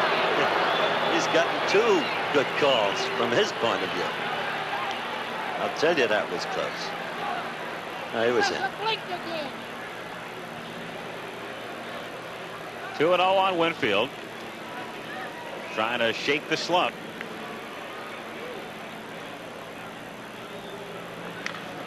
It's a high fly ball to left field and deep down the line into the corner. Dusty Baker all the way back and makes the catch. Randolph tagging and moves into second. So an alert play by Randolph. Winfield driving Baker all the way back to the low fence in the corner. And Randolph tagging at first base and able to advance. We talk about the big ballpark in Yankee Stadium. Here, this ballpark works to the Dodgers' advantage. As Baker gets back to the wall, the ball would have been easily in the left field pavilion in Yankee Stadium. There's Steve Howe getting ready to throw in the Dodger bullpen, looking ahead when the Dodgers come up in the bottom of the inning. Niedenfuhr is due up 3rd. They are going to walk Reggie Jackson now and take their chances with Oscar Gamble. Gamble looks at a strike. Interesting, Randolph making a very heads-up play by tagging at first and going to second, but what Willie did was he took the bat out of Reggie's hands. The intentional walk as the Dodgers take their chances with Gamble. And Niedenfuhr quickly ahead at 0-2. The fastball clocked at 91 miles per hour. This kid looks better and better. And it's lined into right center, so the strategy backfires. Randolph around third comes in to score. Jackson is on his way to third. Strong throw, but not in time. Reggie is in safely, and the Yankees now lead at 5-3. Let's see how Jackson is. He started limping. He drove himself into this right there. He beat it, yes. Took a lot of guts on his part.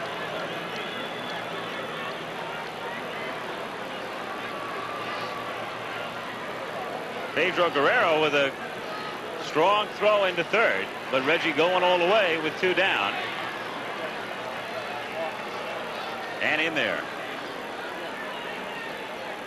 5-3 Yankees with Jackson at third, Gamble at first, and Bob Watson 0 for 1 today with a sacrifice fly and a walk. 0-1. Out of play. Still 1-2 on Watson. Bob's wife, Carol.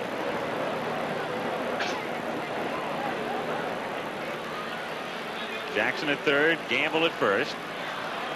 The run and any subsequent runs would be unearned because of the throwing error that started the inning by Russell. Breaking pitch just missing as Niedenfuer starts off the mound. 2-2. Looks like a pretty good pitch, but I'm not the umpire.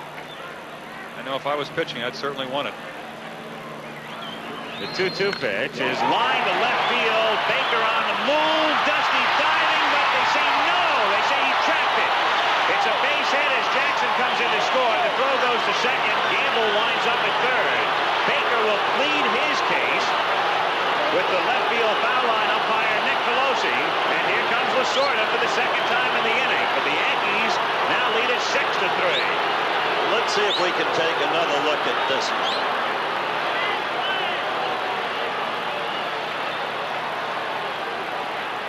Here it is. How did it look to you, Jim?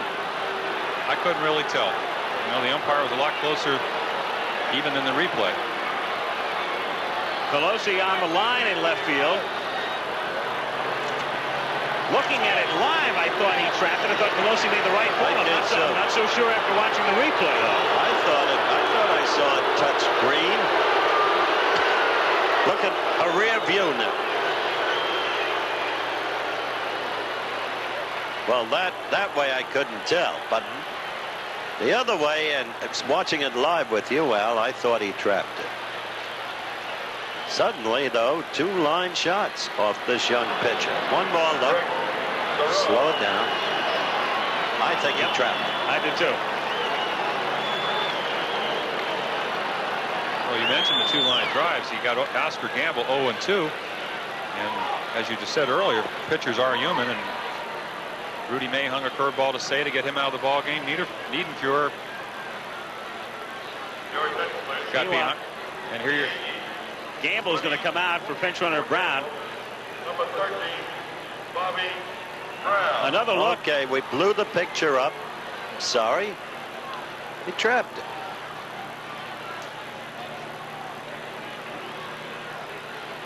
That's the call as the Yankees lead it 6-3, and Rick Cerone at the plate. It's a fly ball to right center field. Rick Monday coming on and makes a catch, but in the inning, the error by Russell very costly. As the Yankees come up with a couple of runs, they're both unearned on 2 hits, leave a couple, and at the end of 5 1/2, the Yankees lead the Dodgers 6-3. Another record crowd shows up for Game 4 and is treated to more thrills, spills, and chills than even the night before. The debut of Reggie Jackson sets the torrid pace.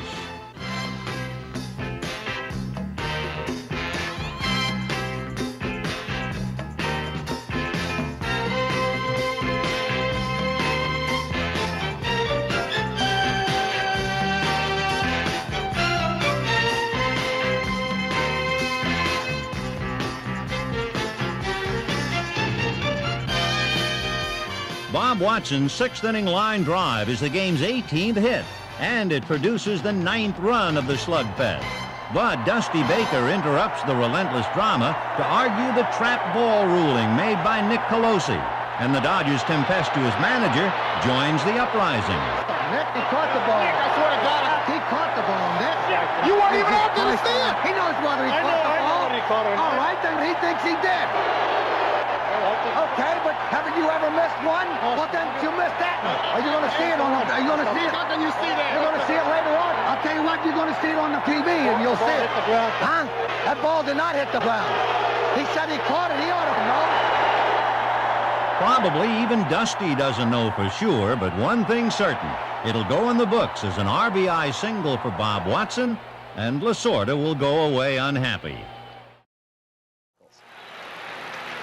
All right, Jim, and for the Yankees, Dave Winfield moves from center to left. Bobby Brown, who went into pinch run for Gamble after Oscar had reached 3rd in the top of the inning, stays in the game in center. Yankees ahead 6-3 in the bottom of the 6th inning. Pedro Guerrero leading things off for Los Angeles. Very interesting that he put Bobby Brown. There's Tom.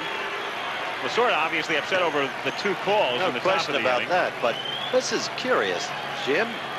He puts in Bobby Brown, who has played so sparingly, instead of Jerry Mumphrey in center field, who's been his regular center fielder all year and is a gifted fly chaser. I have no idea. Got an opinion? Guerrero. It's a fly ball to right center. Bobby Brown is there. No problem with this one. One away. Oh, he's a good fielder, Brown. Nobody's deprecating his defensive ability, but it's kind of odd, I think.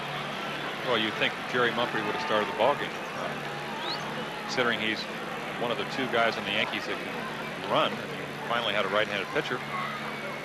And Bob Welch, he also is the highest batting average for the Yankees this year, but I think they're a little bit disappointed with his hitting so far here in the series. Now, we pointed out he was the outman last night. He fought Valenzuela exactly the wrong way. Socha the batter. Low and inside, ball one. That's Dave Stewart throwing in the Dodger bullpen. He'll come on in the top of the 7th inning. Socha batting here, the number 8 hitter. Niedenfuhr due up next. No doubt won't hit. And as yet, the Dodgers have not sent anybody out into the on-deck circle, though Jay Johnstone now has a bat in the dugout. 2-0 the count on Socha. Even with nobody on. Deals 2-0, and this is for ball 3.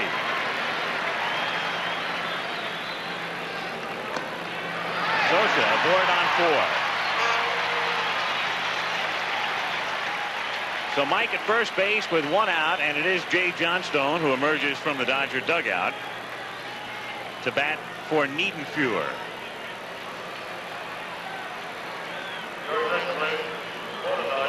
Johnstone, despite the low average during the regular season, had 3 pinch hit home runs this year. Tops in the league. I was sure we'd see him today, even if Russell had pitched very well and been able to stay in there, because his career batting average against Russell was .432 with a .727 slugging percentage. Davis having trouble with his control, as Jim Palmer has stated. Gets this one in for a strike, 0-1. We saw Johnstone in the first game come in and single crisply off Gossage to right field, and then he lined out in the second game. Again off Gossage. 1-1 the count. On the subject of Gossage, it might not be long before we see the goose in the Yankee bullpen, but not at the moment. Johnstone fouls it away.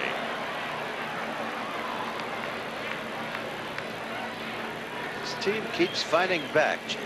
Absolutely no quit in them. They established it so vividly during previous playoff series. A lot of spunk. The 1-2 pitch to Johnstone. Hit high in the air to deep right center field. Bobby Brown looking up. Johnstone's run out.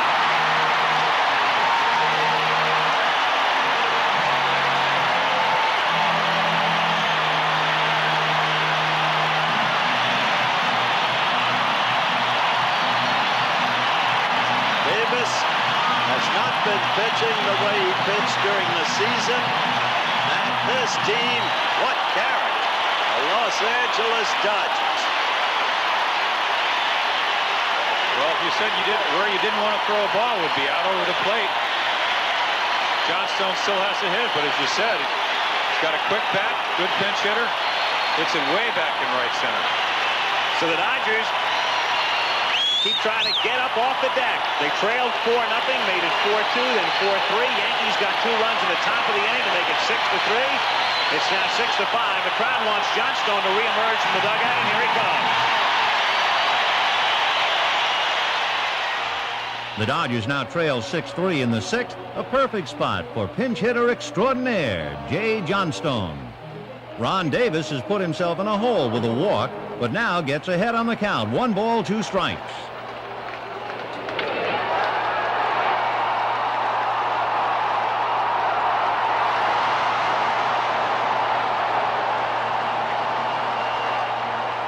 Ironically, Johnstone was a member of the '78 Yankees, so he's the only Dodger to play on a World Series winner.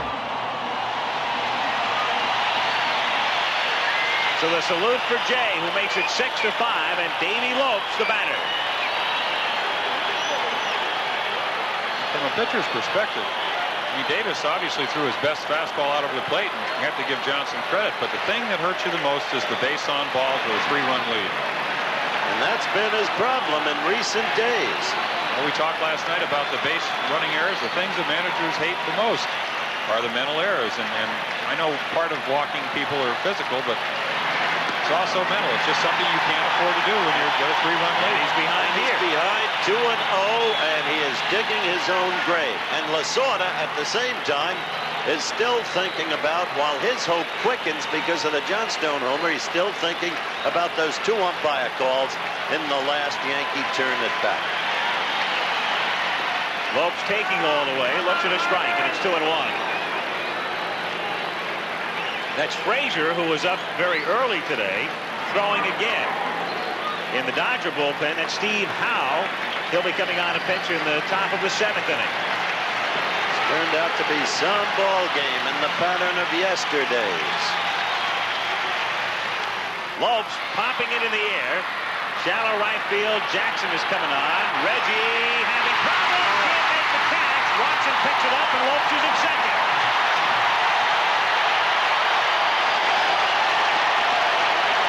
Reggie played that ball as if he never saw it.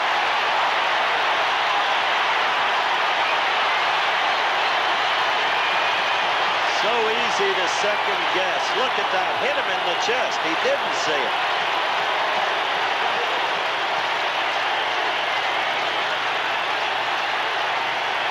So easy to second guess. Put your best defensive outfield in there, beginning 3 runs ahead in the bottom of the 6th. Bill Russell, the batter, a chopper, foul outside third. Mammoth break for the Dodgers as Lopes is at second. 1 away in the bottom of the 6th inning. Yankees ahead 6-5. With Reggie limping, you had to wonder about an outfield of Brown and Mumphrey and Winfield. But it's easy to second guess, isn't it, Jim? Well, brings back memories of the '66 World Series where in the game I pitched against Koufax, Davis dropped the 2 fly balls. After he dropped the second one, he picked it up and threw it about 10 rows over their dugout. Very tough sky here sometimes in Los Angeles, especially as you saw with Reggie. Once you don't see the ball, it's very hard to pick it up again because you're looking right into the sun. Had his glasses on, did everything right except catch it. Lopes is going to third, and he'll make it uncontested. Davis, unbelievable. When did you last see a Yankee team make so many mistakes? Well, good base runners always say it's easier to steal third. You don't have a first baseman holding you as close as you do at the second base position. The 0-2 pitch with the infield in is fouled away. You had to have a feeling about these Dodgers the way they kept coming back. Line drive, base hit, and the game is tied.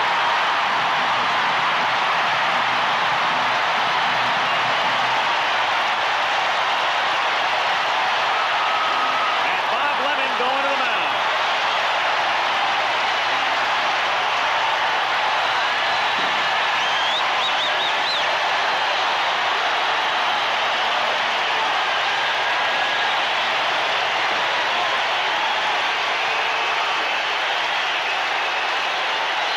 So the Dodgers, with 3 runs here in the bottom of the 6th inning, have tied it at 6.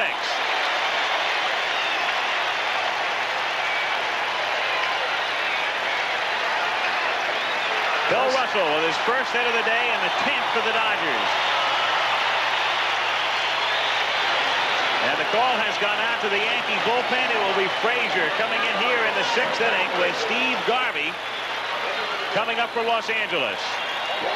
So Davis, who came on in the 5th inning and looked like the Davis of old, striking out Baker and Monday, comes apart and unglued here in the bottom of the 6th inning as Frazier comes out of the Yankee pen.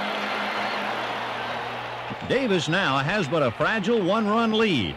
And with Davy Lopes up, the glare of the October sun claims its #1 son, Reggie Jackson.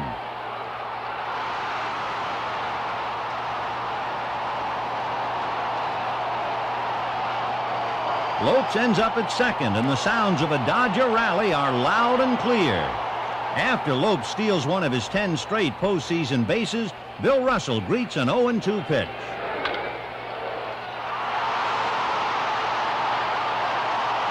Los Angeles gets its 6th run. The Dodgers, who seemed out of it at 4-0 and then 6-3, have fought back to tie. Now the burden is on the young man who pitched well last night, who got the bad breaks on the Baltimore chops by first Garvey and then Guerrero. But this suddenly has become a series in which every key mistake is being made by the Yankee ball club. And it's a fan series. Never mind the mistakes, they get the excitement they want out of it. In this case, the excitement goes for the Dodger fans because the game is in Los Angeles. There is Davis with Joe Altobelli, the third base coach, in the foreground as Frazier completes his warm-ups. So that aerial shot from the Goodyear blip. Dodger Stadium really rocking. It's been a quiet crowd early. And of all people, Al, of all people to be coming up, the man who's 3 for 3, Steve Garvey. And 8 for 14 in the World Series.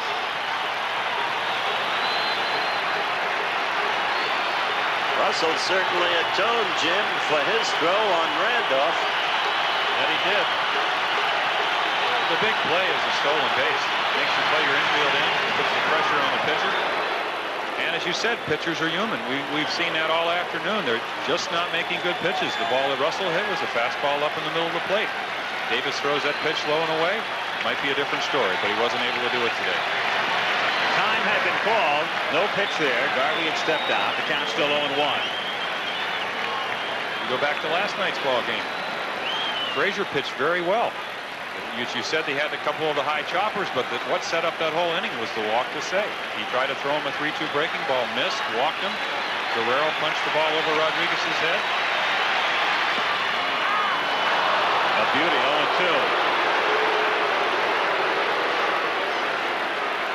Lasorda's been steaming the whole inning, top and bottom. And he just hopes by talking to Doug Harvey that maybe he'll get a pitch once in a while. Might not be the next one, but sooner or later. Garvey gets under it, lifts it in the air to left field. Winfield is there. That's the second out. So they get Garvey for the first time today. And it brings up Cey. Cey 4 for 13 in the series. And the count is full. Howard just mentioned the Dodgers coming to life last night. Prior to last night's game, the Dodgers in 12 postseason games had a cumulative team batting average of only .204. The 5 runs, 11 hits last night, 6 runs, 10 hits already today. Russell will be going on the pitch, and the 3-2 delivery is hit high in the air to left field. Winfield underneath this one. And that's that for the Dodgers in the 6th inning. But the Dodgers in the 6th come up with 3 runs. 2 on the pinch homer by Johnstone. Russell driving in the tying run. Pick up a couple of hits, 1 error. And at the end of 6 full, Yankees 6, Dodgers 6.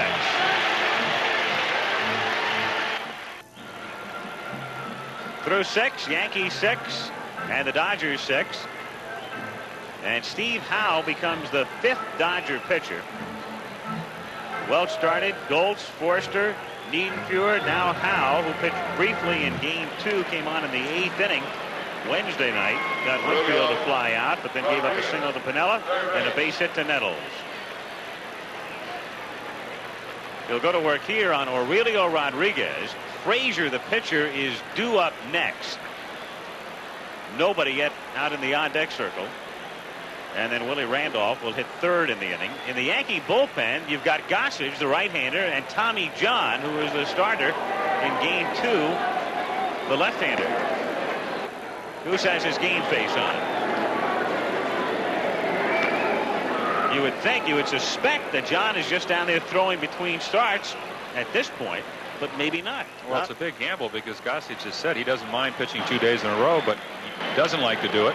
Rodriguez starts things with a base hit into left center field. Guerrero with a long run, and Rodriguez will try to stretch it to throw into Russell. They nail it.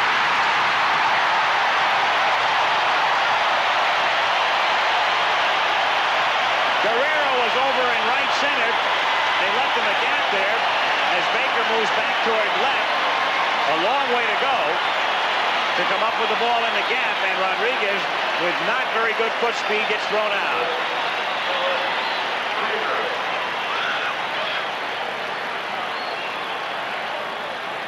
Well, the first base coach is a man named Ferraro. He was involved with sending a runner home against Kansas City, kept his job, but moved from third to first. I don't know about now. Frazier hitting for himself and trying to bunt his way on. 0-1 the count. Rodriguez markedly slow of foot. Everybody knows it. See, he hesitates right at first. Did not come out of the box. Thinking double.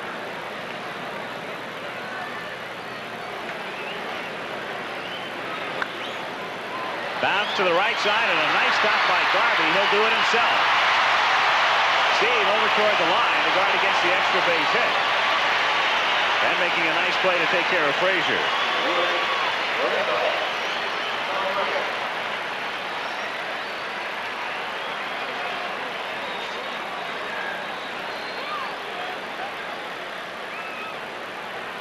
Nice play by Steve.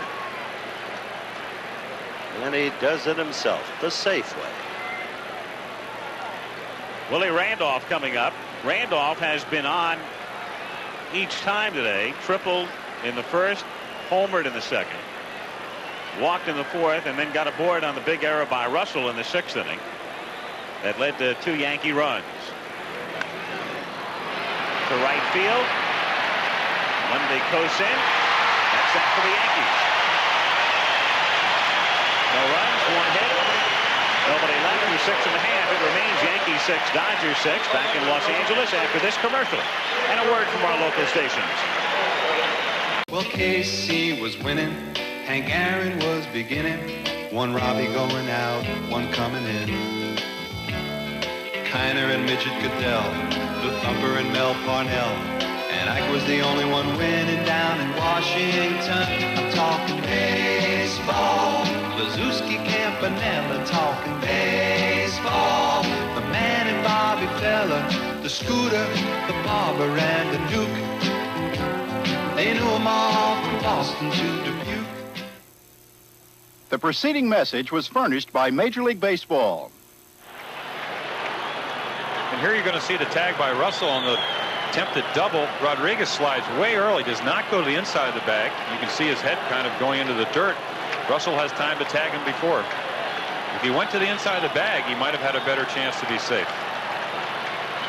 Aurelio thrown out, trying to stretch it, leading off in the top of the 7th as we go now to the bottom of the 7th inning with Dusty Baker facing George Frazier. The game tied at 6, and it's fouled away.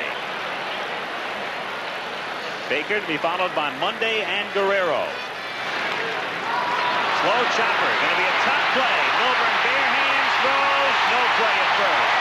So Dusty Baker gets things started in the bottom of the 7th inning with a base hit. And as you look at it again, the pattern continues. It began last night with the ballpark working for the Dodgers. Either Baltimore chops or one like that. And then somehow they have the capacity to capitalize. Whereas the Yankees have not only not capitalized, but have made a succession of mistakes that have been simply shocking for a Yankee ball club.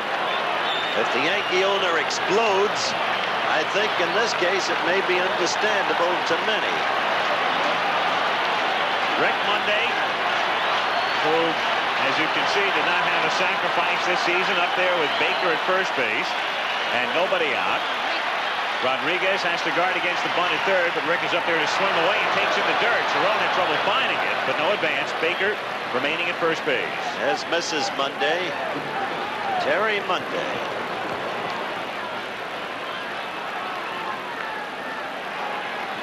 There is Rick. Really got great personal charm. There is Greg Nettles on the bench again today. I think you'll see him in there tomorrow. He took batting practice and not hit the ball like he can. Didn't seem to be bothering him too much. In the air to center field. Brown circled around it and can't make the play. Baker rounding second as Jackson comes up with the ball. Dusty will go to third and Monday in at second. Now you tell me, go back to what I said a couple of innings ago. Why isn't Jerry Mumphrey in center field? Everything's catching up to these Yankee mistakes today. Here it's not hit too well to center. Brown takes a step back, can't recover, tries to make a nice effort, just doesn't get to the ball. Tries to make a shoestring catch. Reggie heads up play, backing him up. Baker had to hold between first and second to see if the ball would be caught. So Monday was running up his back. Meanwhile, Guerrero will be walked intentionally to load the bases with nobody out and bring up Scioscia. And Scioscia, good contact hitter, a man who struck out only 18 times all season and figures to put the ball in play coming up. Al, I have checked. You were with me. There is absolutely nothing wrong with Jerry Mumphrey. I agree with Jim. I can't figure it out either. Can't figure out the reasoning. Lemon's going to go to the mound. Gossage in the bullpen. Tommy John was also throwing. He's going to John. He said the left-hander. Is that John? And he wants to know, do they want me? You could see him in the bullpen saying, me? Do they want me? And the answer is yes. Tommy John on the mound. You got to put this whole thing in perspective. The Yankee pitching staff has failed today. Russell couldn't do the job. May did it, but only for a short time. But the key was Ron Davis's failure to hold for 2 or 3 innings, because everything Lemon's now doing has been predicated upon the fact that he didn't want to bring Gossage in too soon for Goose. He had hoped to get to a situation where he could use Goose for 2 innings. He didn't. Now Tommy John. The Dodgers counter with pinch hitter Steve Yeager batting for Scioscia and looking at a strike. 0-1. The bases loaded with nobody out. Bottom of the 7th inning, game tied 6-6. Yankee infield playing in. Yeager lining it to right field. Jackson is there. It should score Baker. Dusty tags at third. On his way home, the Dodgers have the lead.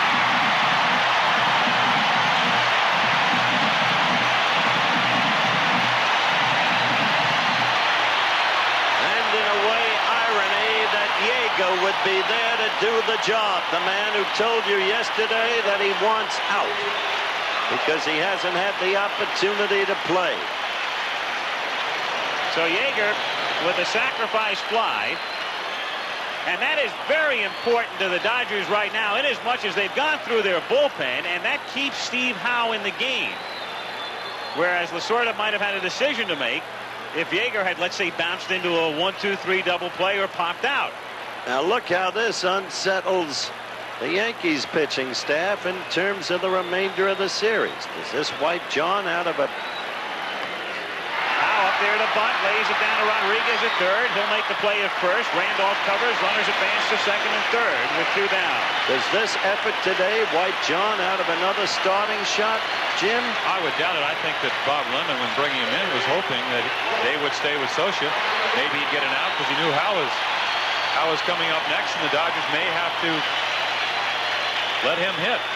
But as it turns out now, I would think that you'd only see Tommy John pitch this inning. They have to go to Gossage. He hasn't pitched in a couple of days anyway. Probably could use the work. 1-0 the count. I think the biggest Yankee fear is that Gossage has said many times doesn't mind pitching back-to-back days, but not 3 innings. Anything over that really tires his arm. Blocked by Cerrone. 2-0 the count. Tommy John making his first relief appearance since 1979. Came out in relief May the 1st. of 79 at Anaheim.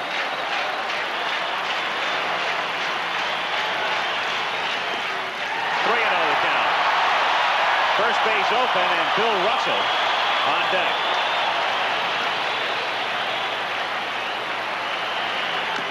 Lopes gets the green light, hits a chopper, and Rodriguez has no play. It's 8-6. The whole thing has become absurd. The Dodgers have the most, look at Tommy, the most patented attack I've ever seen. I talked about Seaver and geology. Hit the ball straight down on that clay around home plate. You got a base hit. Here you say a sinker. It's funny.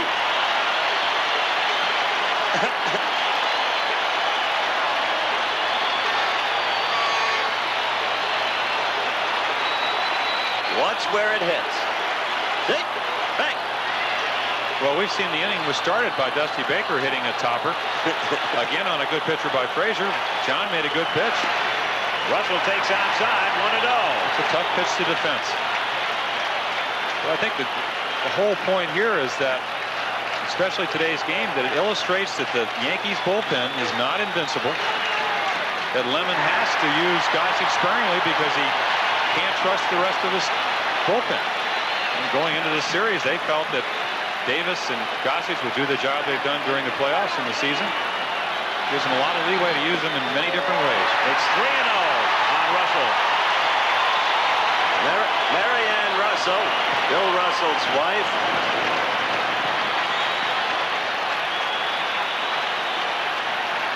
The count. Billy taken all the way and looks at a strike. Guerrero is at third. I tell you, after this World Series, you know, they called the bunt game Billy Ball with a lot of other things. I don't know what you call this except Dodger Ball. That's a strike. Matty Ball.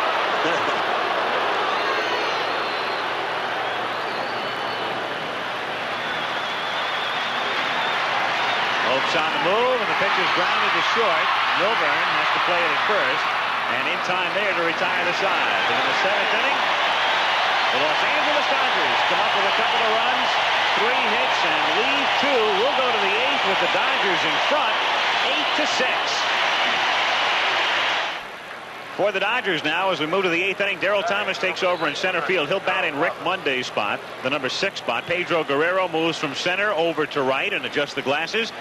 Steve Yeager, who delivered the sacrifice fly to drive in the tie-breaking run, stays in the game back of the plate. And with the Dodgers in front, 8-6, Larry Milburn to lead things off, to be followed by Winfield and Jackson. Steve Howe, his game to win. Starts with a strike, 0-1.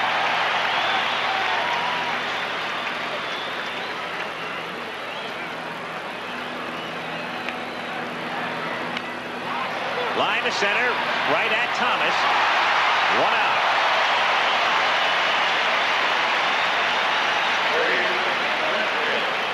Darryl tested immediately, and Howe goes to work now on Dave Winfield. I'm thinking of poor George Frazier. He's got to be shell-shocked. Comes in last night, Jim. Pitches beautifully, but 2 Baltimore chops. Get rid of him. Comes in today, pitches Dusty Baker beautifully on the Dodger infield hit, as you look at Winfield, and then a fly ball to center field, and Bobby Brown's out there, and it becomes a double. How would you like that to happen? It's happened many times. Yeah. It's just circumstance a lot of the times. A lot of times you make good pitches, and you're not always rewarded for them. A lot of times you make a bad pitch, and as we saw right there, a line drive to center fielder. For an out. Winfield hitting it in the air to deep right center field. Darryl Thomas all the way back, and it's simply a 390-foot out.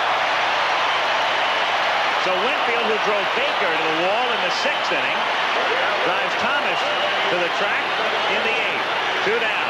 He hits more fly balls close to the fence, but not over, than anyone I've ever seen. Well, Thomas can play a lot of positions, and he has a lot of speed. Got back to that ball easily. Makes the basket catch, as he's prone to do. And with 2 down, here's Reggie Jackson. 2 singles, 2 walks. Been aboard 4 times. Howe has not made two particularly good pitches to the first two hitters, but he has not, as Ron Davis did, walked anybody with a 2-run lead. 1-0.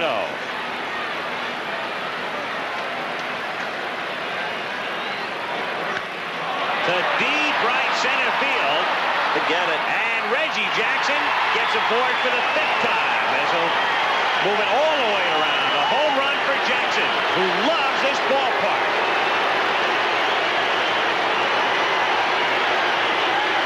6 World Series home runs at Dodger Stadium in Reggie's career. They can't come up. There's a long drive to deep left, going and gone. Jackson is homer to the opposite field. 1-1 the count. 2 out. Nobody on. Fly ball hit to left center. It's way back. It is gone into the left center field pavilion. Reggie Jackson.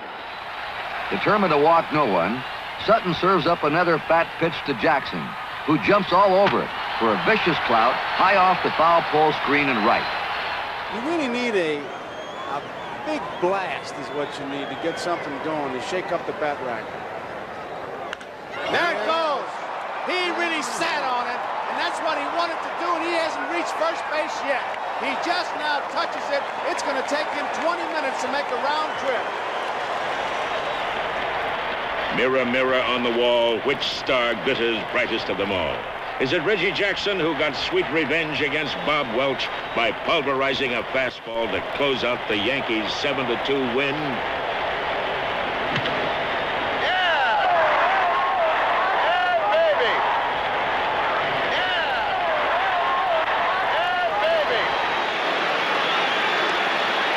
Some ball game, huh, folks? One-run game again. There you can see the home run. It's a fastball up and away, and when you're as strong as Reggie, you can see him extend. Ball wasn't quite enough away. Meanwhile, with Brown due up,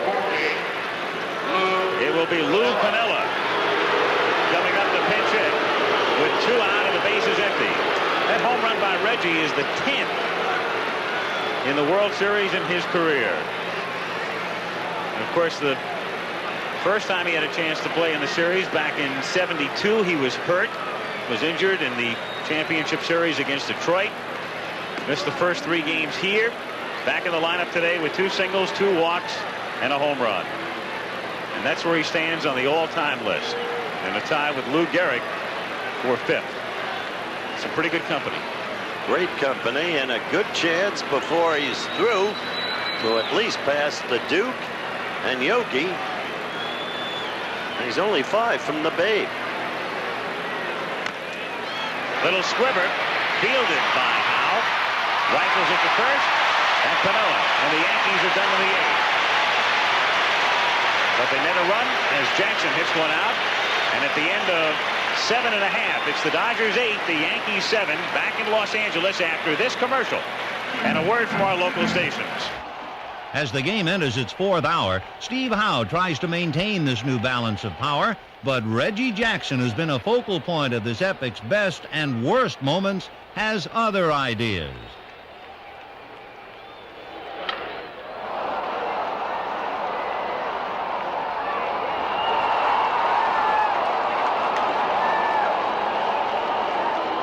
The October Marvel becomes only the 6th player to reach base 5 times in one series game. And now it's a 1-run contest with an inning to go. USC tackles Notre Dame tonight at 11:30.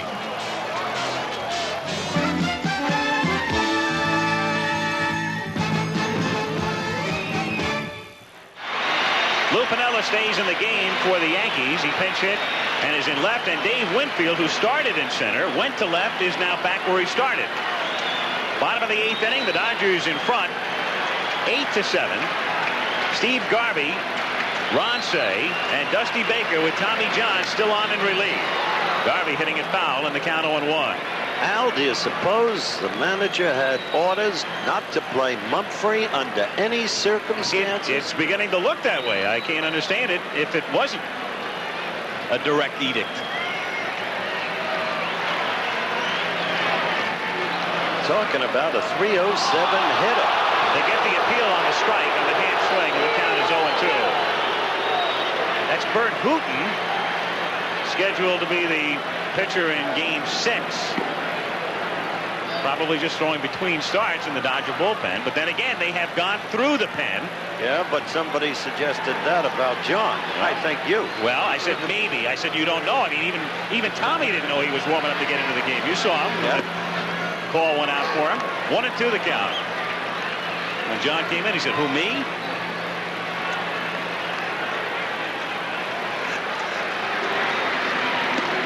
Garvey foul tipping it into Cerrone's glove. 1 away. Well, it seems so distant now, but remember, Monday Night Football. This Monday night, Three Rivers Stadium, the Houston Oilers, Earl Campbell, Kenny Stabler, and the rest of the crowd against the Pittsburgh Steelers. Both still very much in their Central Divisional race in the AFC, but each fighting back from a strong loss last Sunday. Ron Cey, 1-0 the count.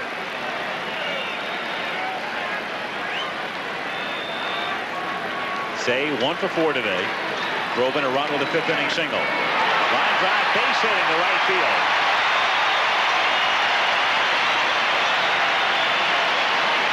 With 1 out, Ron Cey, a single to right, and Dusty Baker the batter. So the Dodgers are run big last night with 11 hits and 14 today. 25 in the 2 games. After their offense had been dormant, basically in games 1 and 2. Low to Baker, and the count is 1-0.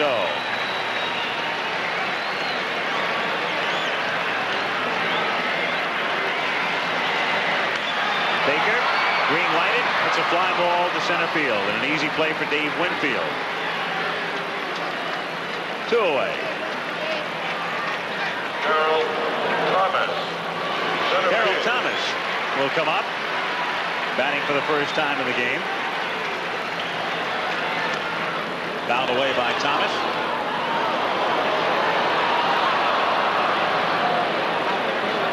Ron Davis, maybe the unhappiest man. If there were one transcendental key to this game, it was his failure to hold the fort. Lemon wanted to get 2-3 good innings from him. He didn't get it.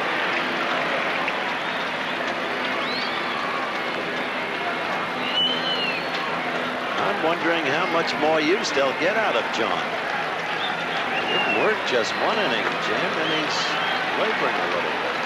1-1 pitch is outside to Thomas, 2-1. Well, it seems to me what Lemon is saying is that if we don't win today, I want to have Gossage ready tomorrow to go 3 innings.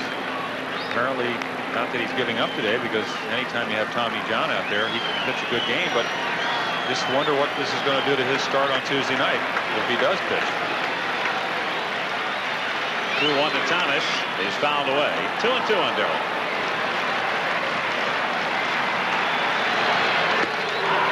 Thomas down on strikes, and so Tommy John able to set the Dodgers down in the 8th inning.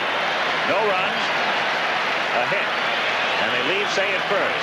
So the Yankees will come up, Watson to lead things off in the top of the 9th, 8-7, Los Angeles.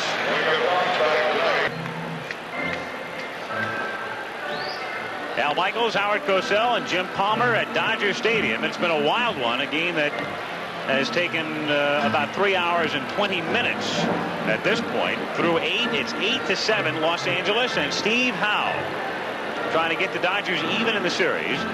Going to work on the Yankees in the 9th inning, and scheduled to face Watson, Cerrone, and Rodriguez. Hooton is still up and throwing in the Dodger bullpen. Bob Watson, 1 for 2, plus a walk and a sacrifice fly. 1-0 the count. Well, Howe's been living dangerously. He's been hit hard, but to the fielders. Grounded to short. Russell to his left, and the throw pulls Garvey off, but he makes the sweep tag at first. And Watson screaming at Rich Garcia.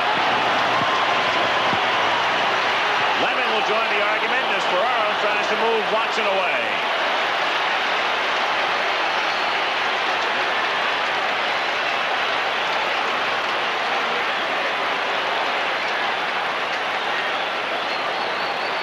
Garvey with a sweep tag going by. Look at it from this angle.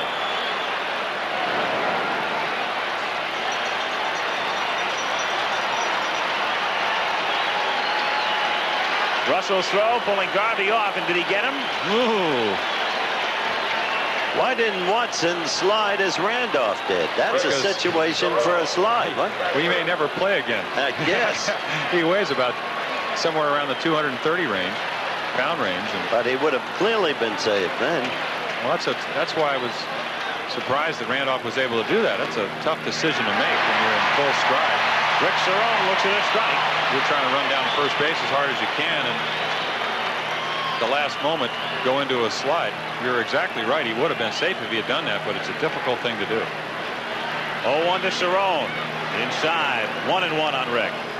I don't see George Steinbrenner in his booth.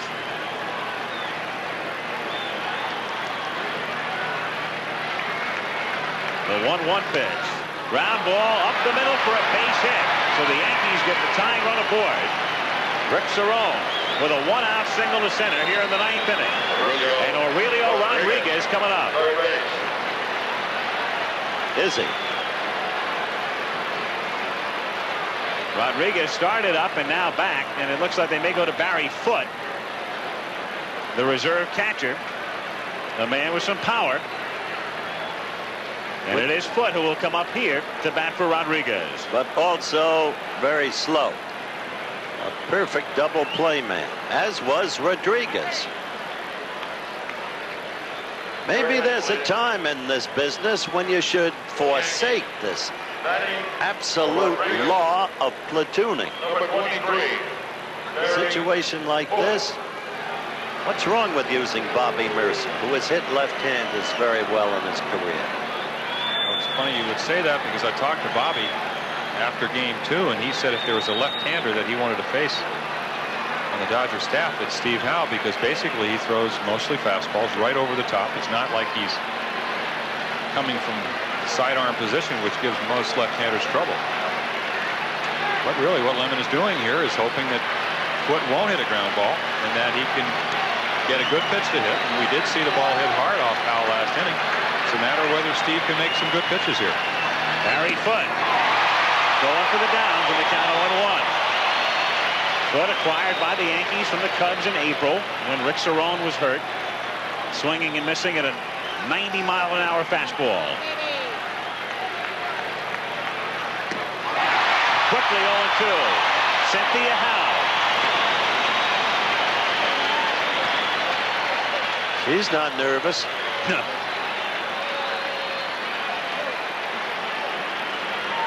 And I think I see Bobby Mercer with a bat in the Yankee dugout, so we may see him yet. Pitcher spot due up next. 0-2 to Foote. Got it and made it look easy.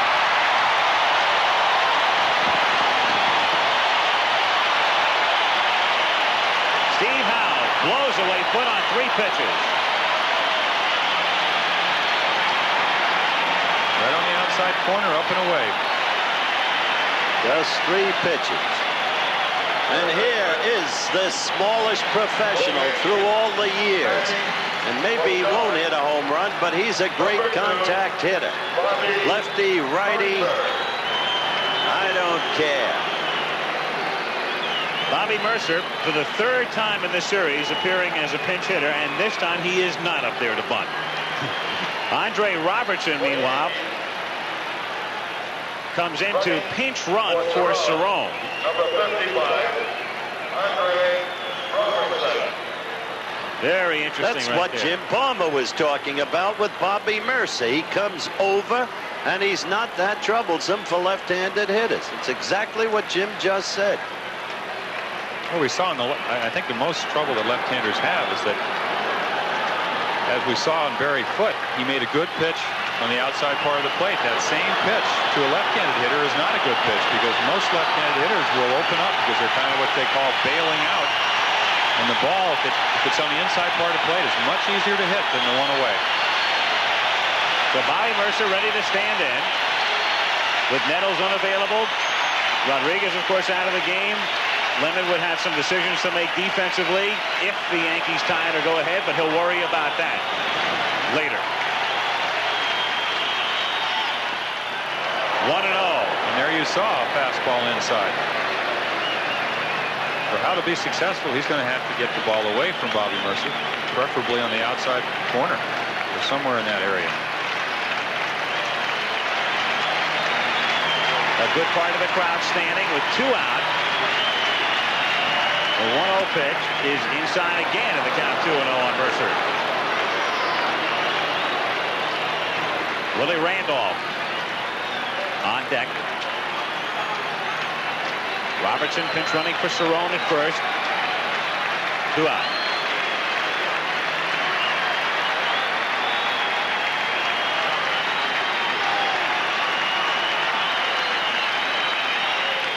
Mercer hits a slow bouncer to Garvey, who drops it, throws to the pitcher covering, not in time.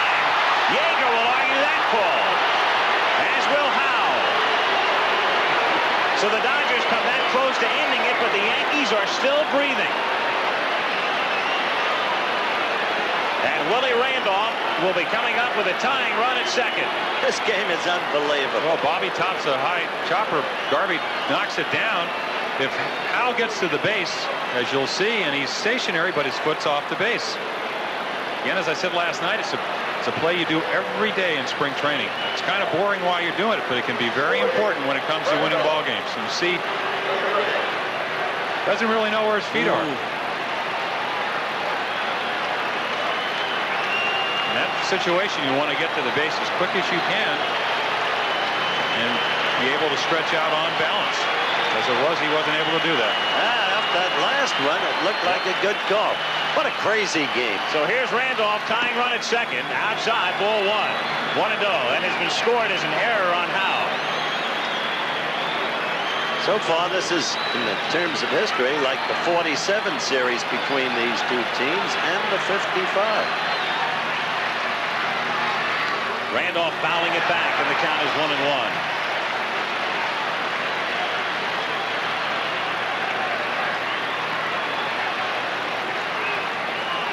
Talk about classic confrontations. You have a fastball pitcher on the mound.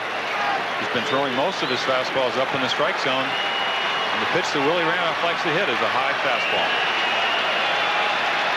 Robertson at second. Mercer at first. Randolph lifts a high fly ball to deep right center field, but Darryl Thomas moves back and makes the catch.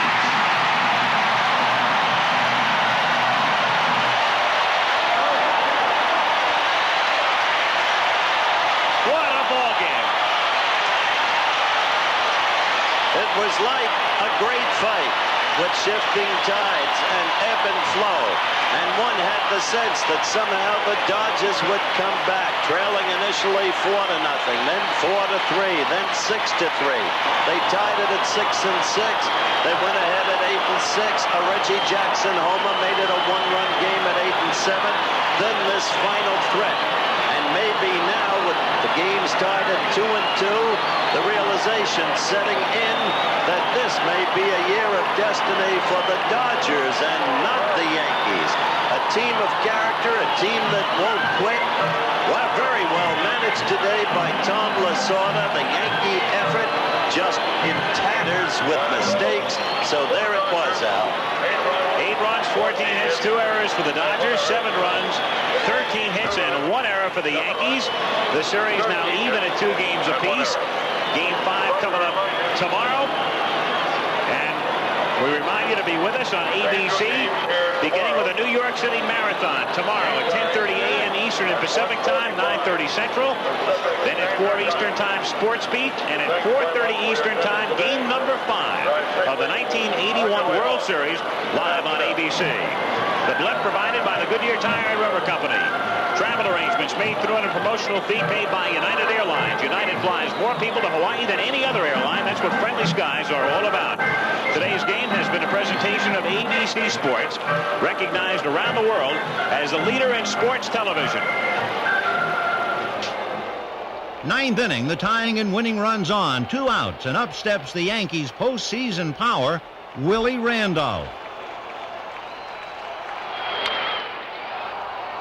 Yankee hopes hang on Randolph's drive, but it's not deep enough. The Dodgers feel the sheer joy of having survived, and the World Series is tied at 2 games apiece.